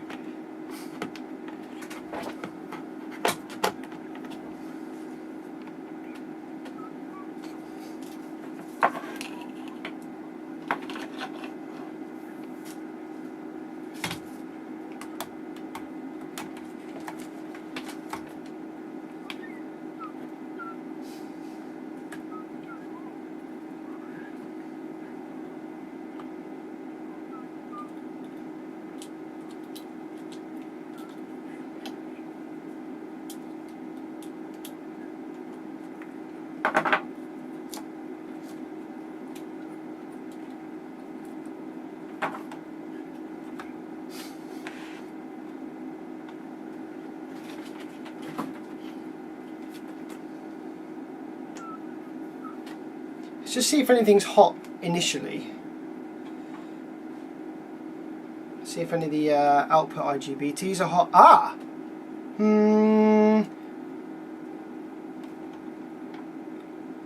It looked like some of the... Oh no, it looked like some of the output transistors were hot, but I think it's just the thermal camera's just looking at reflections. Yeah, no, they're not hot at all. No. No, the IGBTs aren't hot.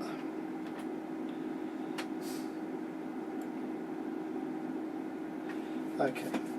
Let's go for another power up, and I'm going to look at the flashing sequence on the lights here, and I'm also going to look at the thermal imager immediately after we've removed power to see if anything on here was getting hot.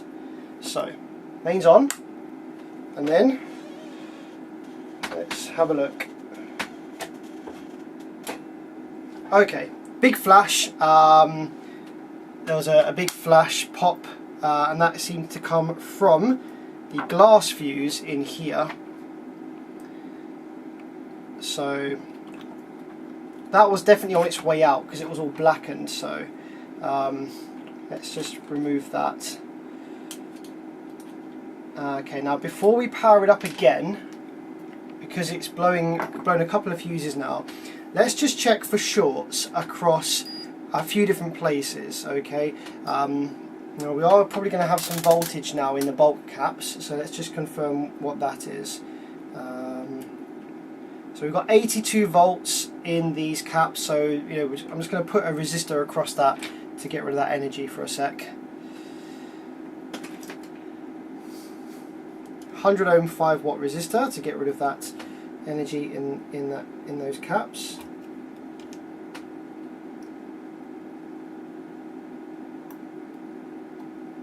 Okay.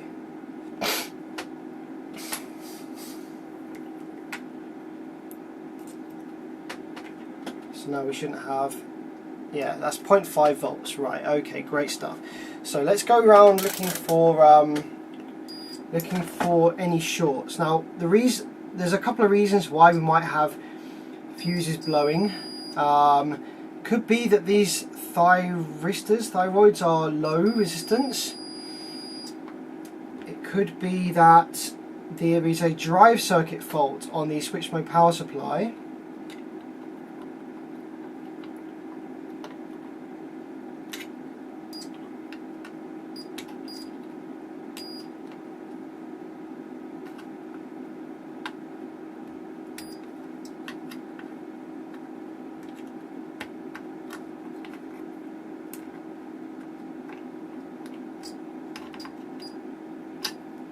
Let's check all of these little fuses here that are on the board.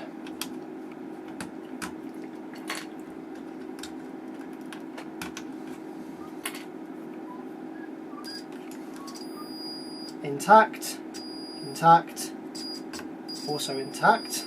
Okay.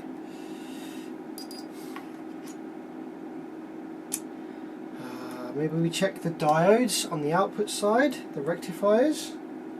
They're probably fine. Right, let's flip the board over and let's see whether there are any shorts on the rail, on the output rail.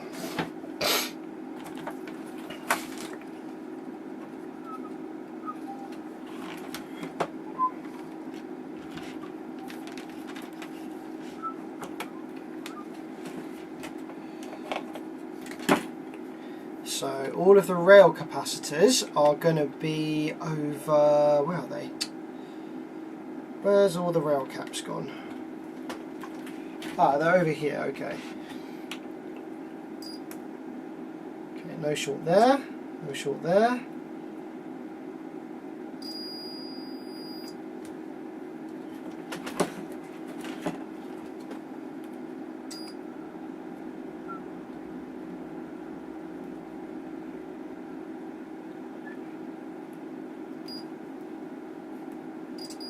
Okay, now I'm not getting any shorts on the rail caps, so let's check the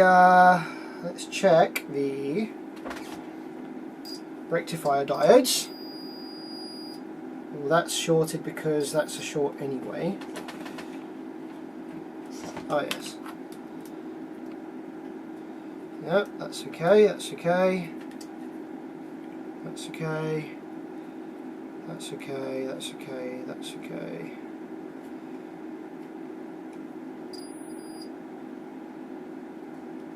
Yeah, none of those rectifiers are shorted or anything else either, so... Strange.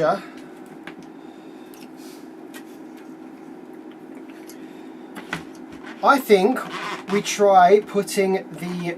I think what we probably need to do next is remove the IGBTs, and then we need to power it up and we need to check for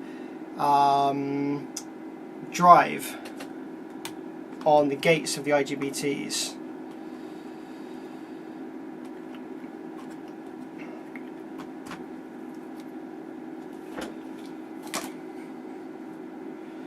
I think that's what we possibly need to do next. I don't want to kill any IGBTs.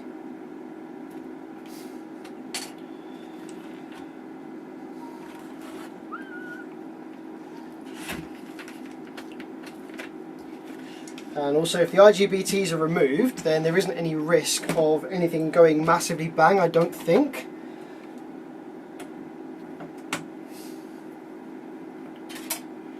So let's take these out and go from there.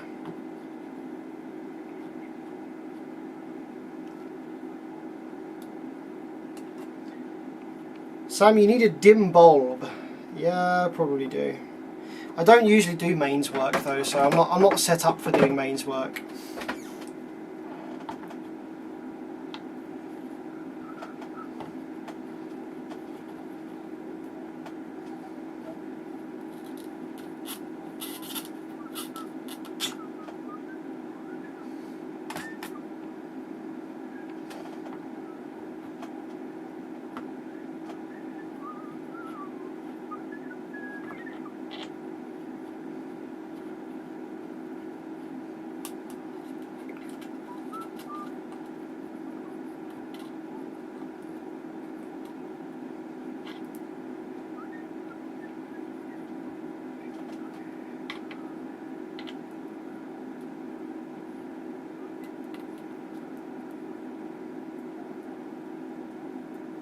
Sam, do you remember the Z415s? Yeah, I still have them. They're still in the van.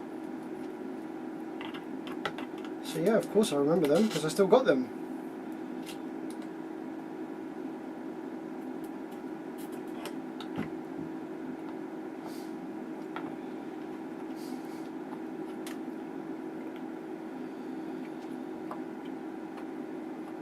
So these IGBTs have already been removed by the looks of it, because we're missing pads,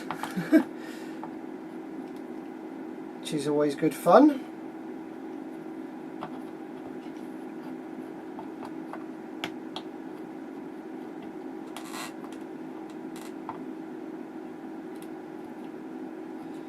You want one? I wouldn't recommend them.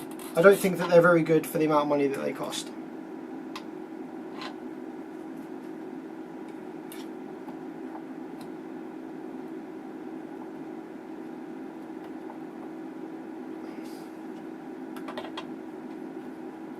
I wouldn't get one of those.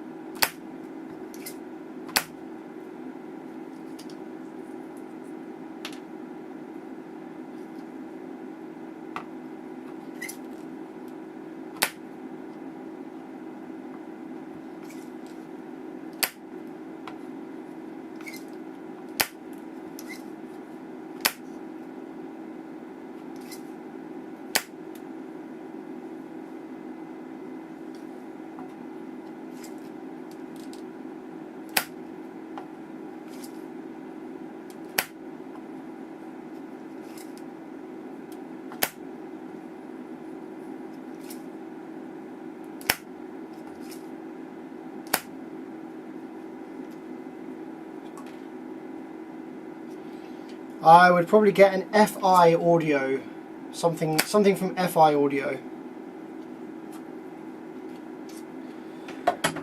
Or maybe the new Sundown 18 that they've just released. I can't remember what they called it. The big boy.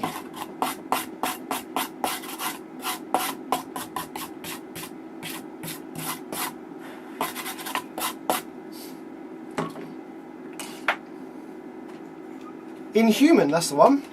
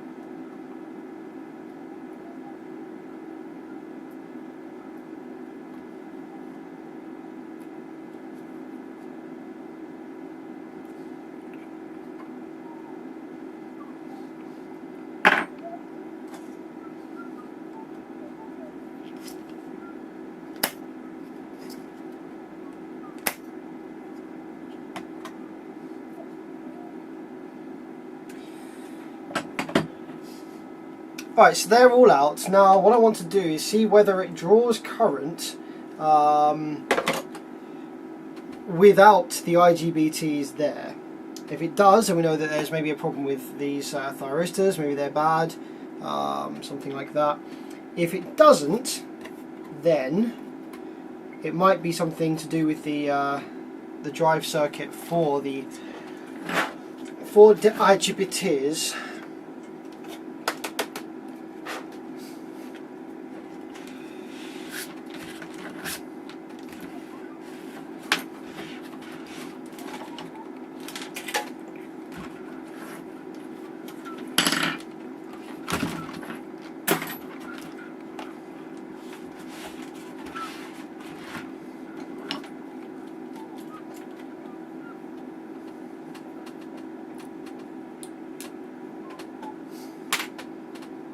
So we're going to have a probe of the low side gate on the IGBTs here, see what that's doing. We're going to put a new fuse in the hole.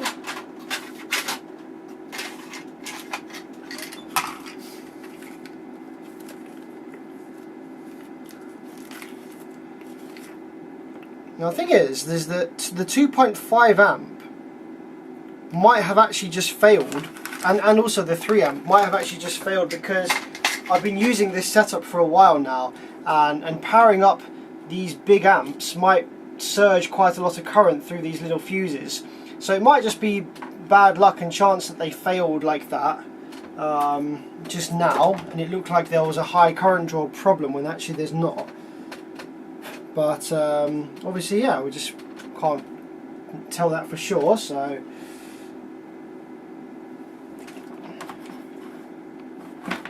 I live in the UK, as I said before, my friend.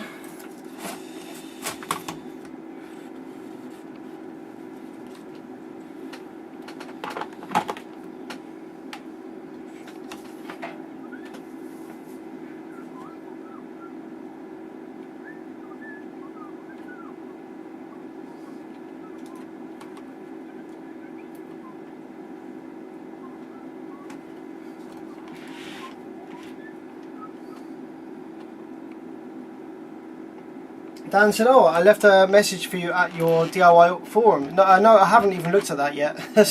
I actually forgot about that. Thank you very much. I'll go and have a look at it soon. Okay. Right, so let's see if we get any pulses on there then, shall we? Or if we just get another sort of big blown fuse situation. I'm going to plug these in. Plug this in. There we go. Okay, so we can get the lights just in case we need to see the lights. Okay. So 3, 2, 1.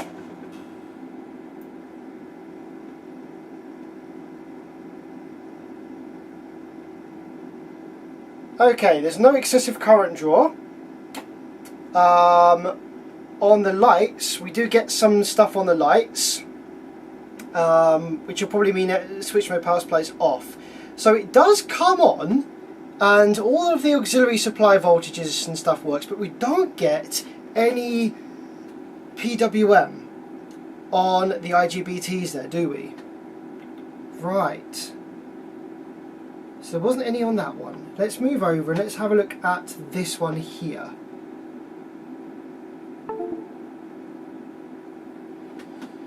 Okay. Powering on again. So we have red and green LEDs just constantly illuminated. So the amp doesn't actually think there's a problem. That's very unusual. It should be telling us that the switch mode power supply is not active and that there's no rail voltage.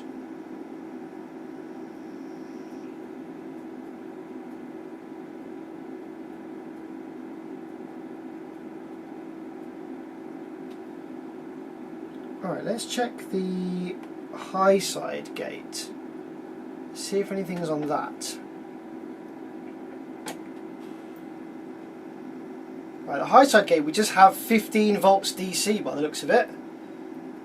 Okay, 15 volts DC on the high side. So I'm pretty sure there's a drive circuit fault there. That's not looking so good. So this uses an SG3525 and some IR2110s. So something along that line may be dead.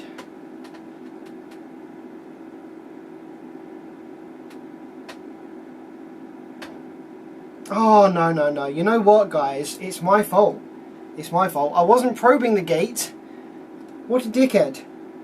I wasn't even probing the gate. I was probing the bloody, the source. What a twat. Right, let's try this again. And let's actually probe the gate this time, shall we?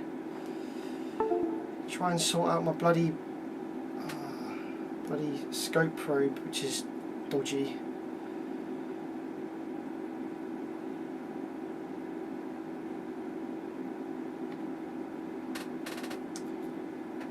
I need to get a new one of these probes because this is definitely dodgy, as you can see. Oh my god. Take that off there.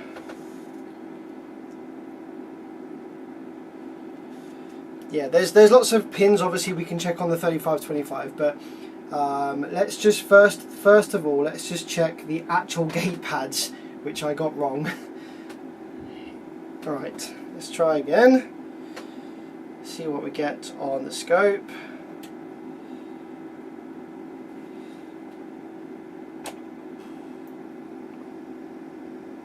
Okay, we are getting PWM there. That looks good on that bank.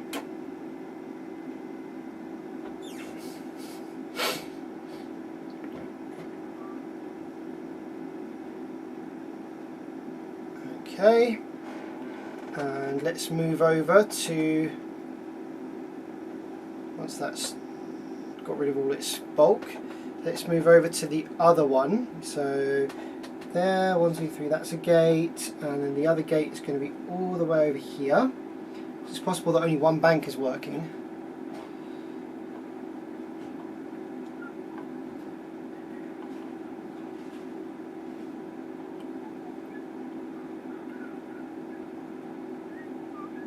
Stop it.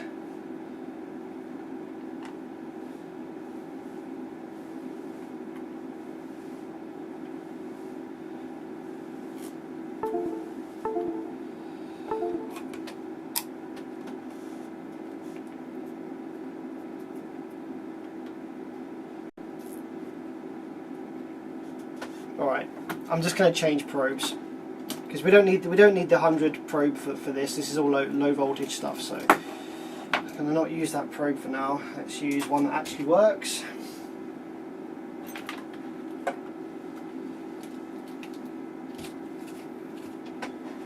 Let's use this one.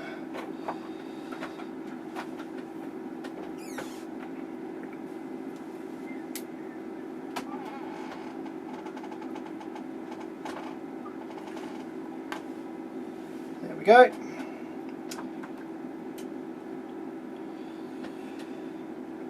Okay, so let's check this side of the drive.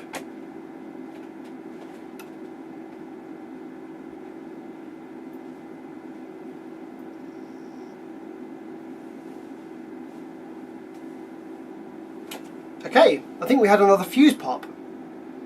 I didn't actually get any drive on there that time. Is anything hot? Let's get the thermal imager. Yeah, so we've had another fuse go.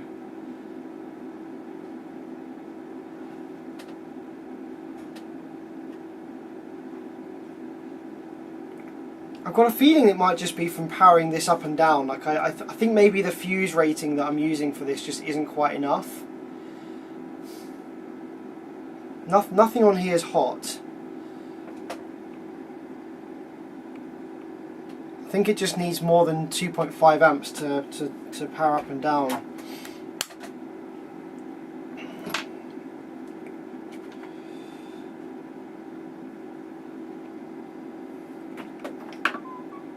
Or more than 3 amps, I don't know.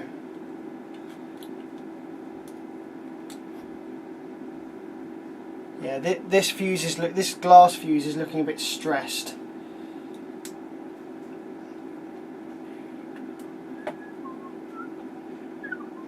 So I'm going to put, I think I'm probably going to go with, I don't know, maybe like a 5 amp.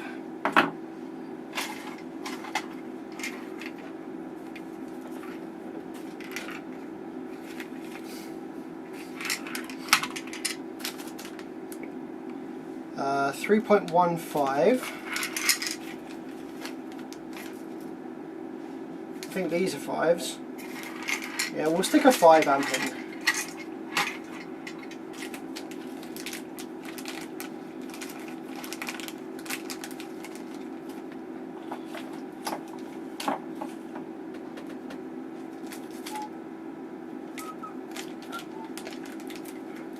And if it blows the 5 amp, then there's definitely a problem. But there's nothing on the board that's heating, so... Yeah, these are some 5s.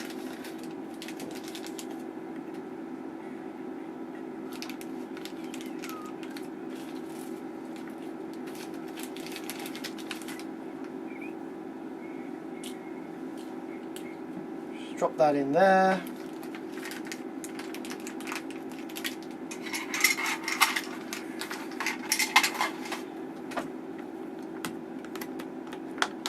And then we need one in the main plug as well, because that one's the one that's probably just failed.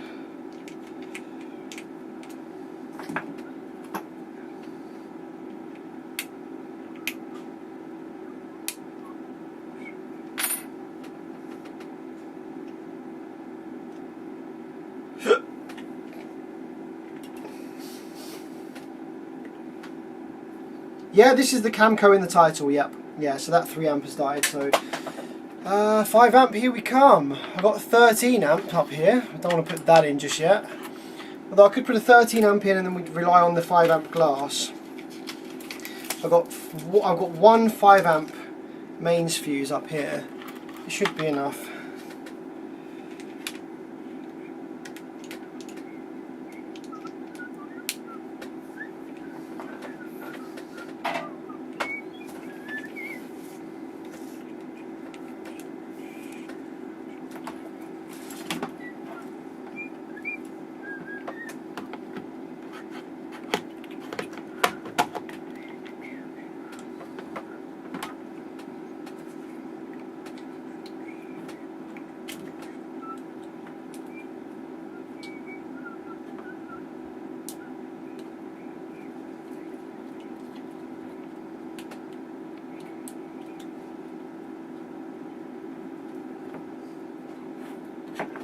Okay, so we've got a couple of 5 amps in.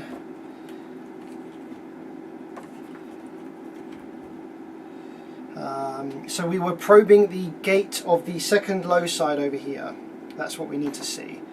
So let's go and see whether we get PWM on that one.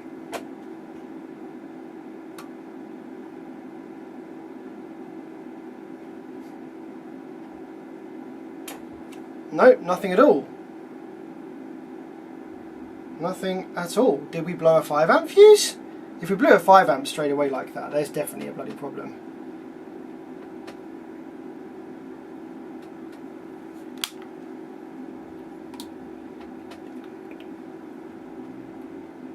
We've got 58 volts in the bulk, so that definitely didn't charge, I don't think, by the looks of it.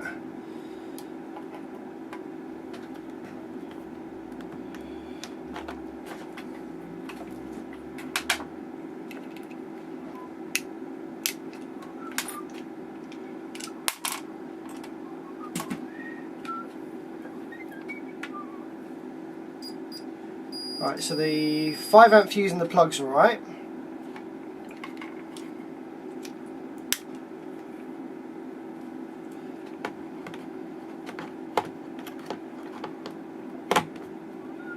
I definitely saw something on the scope screen just then when we tried to power it up.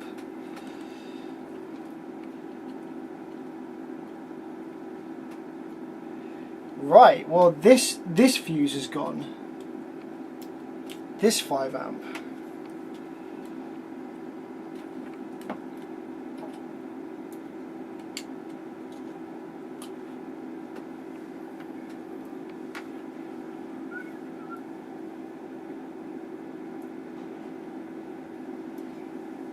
Let me just check that definitely was a 5 amp. F5AH250V. Yep. That was a 5 amp. Right, well, there's no shorts in this capacitor bank because we still have voltage in the caps there.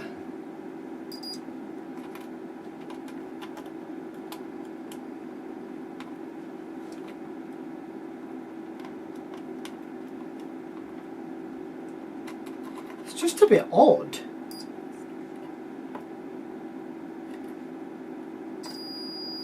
Very unpredictable. The only thing I can see that's different on this one to some of the others is these thyristors have a much lower resistance between 1 and 3 than the other ones that I've seen.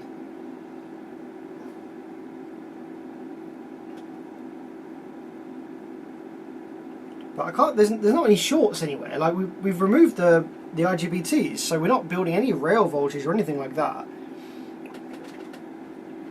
So I think what I might have to do is actually just order some order some thyristors here, which I need to do anyway for the other one, and fit new ones and see if that helps, see if that sorts it.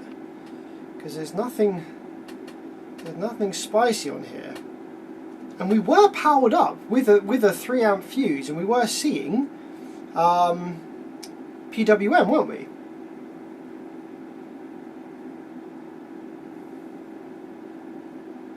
So I'm not sure what's causing the huge current draw.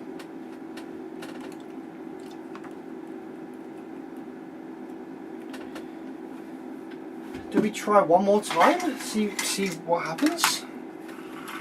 I'm not going to go any higher than 5 amp. Forget that. We've got a pair of 2110s. Driving the IGBTs.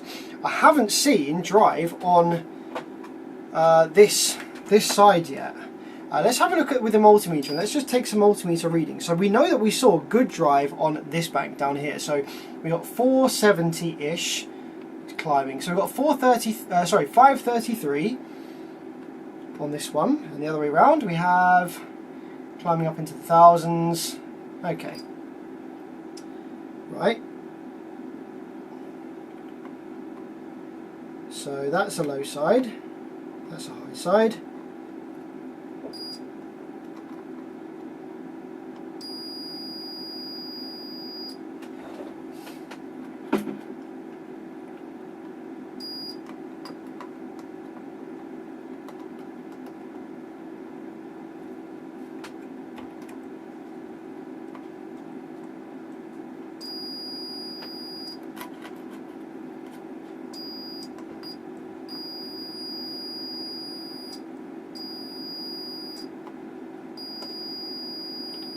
that is a high side as well. So the other low side is actually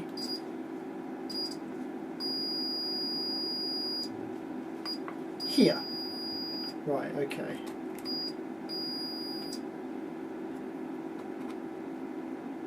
So we've got 466 that way round, and climbing up into the 12s.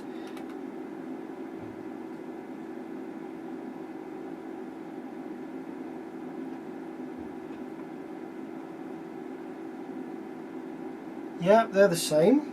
And the high sides, 546 and 547 and 10. Yeah, the drivers are looking alright, like based on the multimeter readings at least.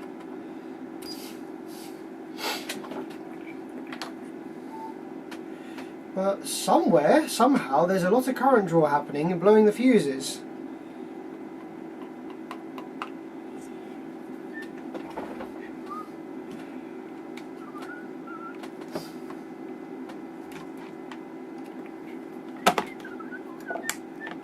Right, one more try. Just looking for we're just looking for low side pulses on this little bank here.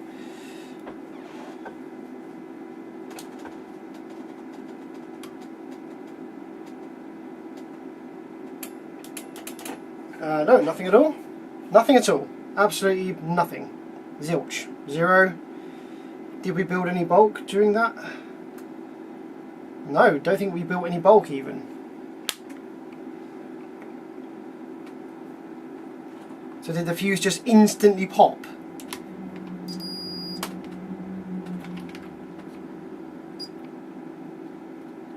Yeah, the fuse instantly, the second I touched the pedal, the fuse was like, see ya! Alright, why is that? Why is that?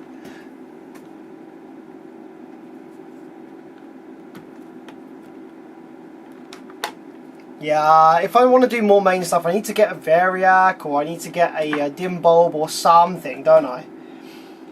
The thing is, the power's not even getting to the board. Like it didn't even build any bulk then.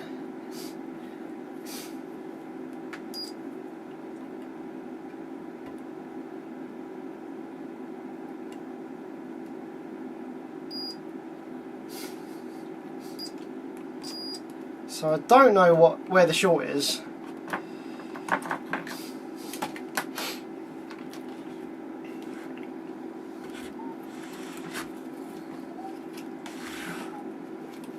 Let's just drop a multimeter across the mains wires here.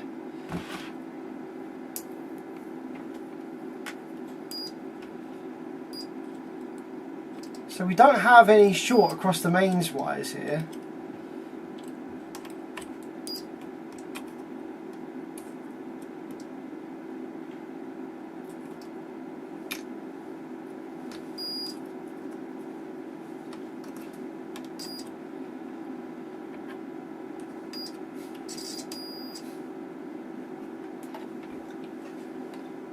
But yeah, I'm not really too sure then. I don't really know what's going on.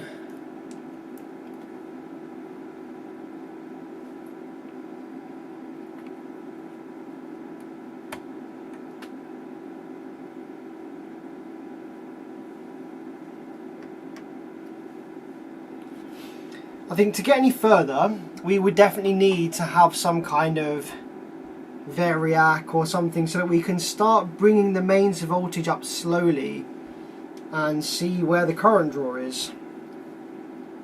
But what's weird is that it has powered up, so it's not like the short or whatever is like present at all times, or like it seems like it's changing or something.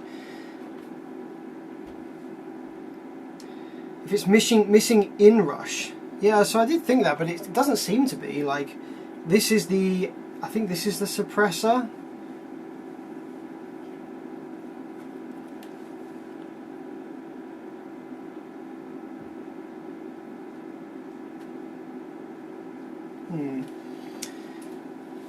Yeah, I'll have a think about it, guys, and I think I'll have to come back to it. I'll have to have a play, I'll order some thyristors, and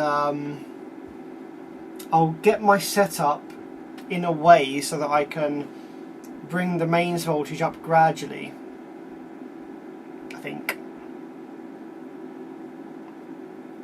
So in the UK we don't have filament bulbs anymore. All the bulbs you can buy are LEDs, which obviously is not going to work. So I'm going to have to try and find a filament bulb somewhere that I can put in series.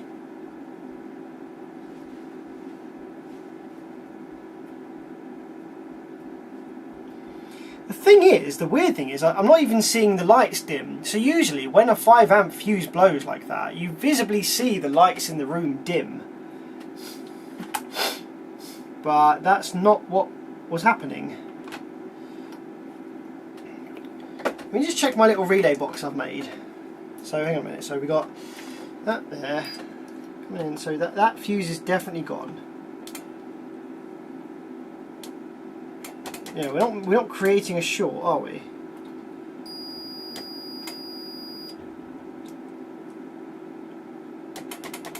When the relay engages, we're not creating a short, no.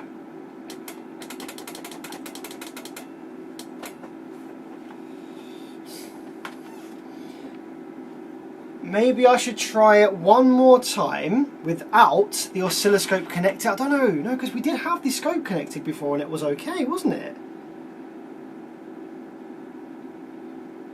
So strange. Don't really know.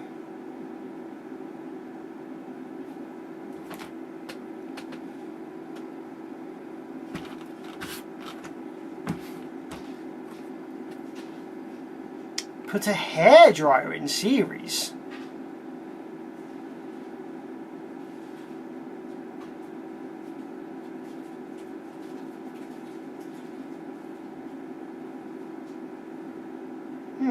Yeah, not a bad idea. Not a bad idea, put a hairdryer in series.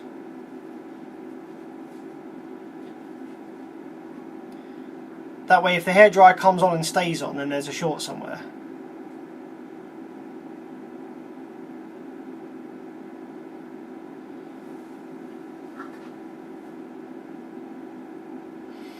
Yeah, well, I'm going to have to go and have a think about it and figure out what's going on. But hopefully you found this interesting.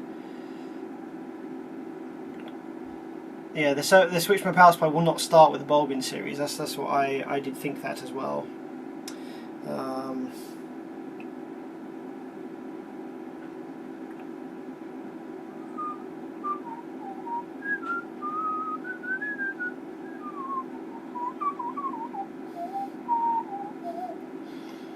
I can put the hairdryer on a low. Maybe could I put my 200-watt soldering iron in series?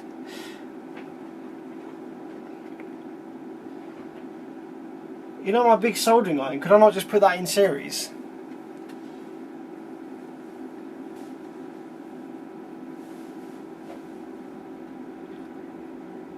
Yeah, okay, you should put this to one side, do some thinking.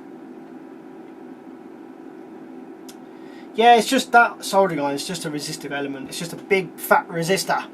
The thing is, it doesn't glow, so you don't know, you don't get a visual, you know, you don't get a visual representation of what's going on.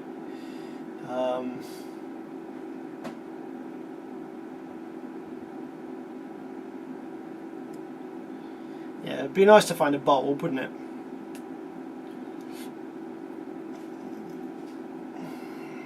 But yeah, I'm going to order some bits, I'm going to order some thyristors, and I'm going to make some checks against other ones I've got here, and then we'll come back to it, I think. But yeah guys, thanks for keeping me company, and I hope you have a great rest of the day, and I'll see you next time in the next stream. See you later.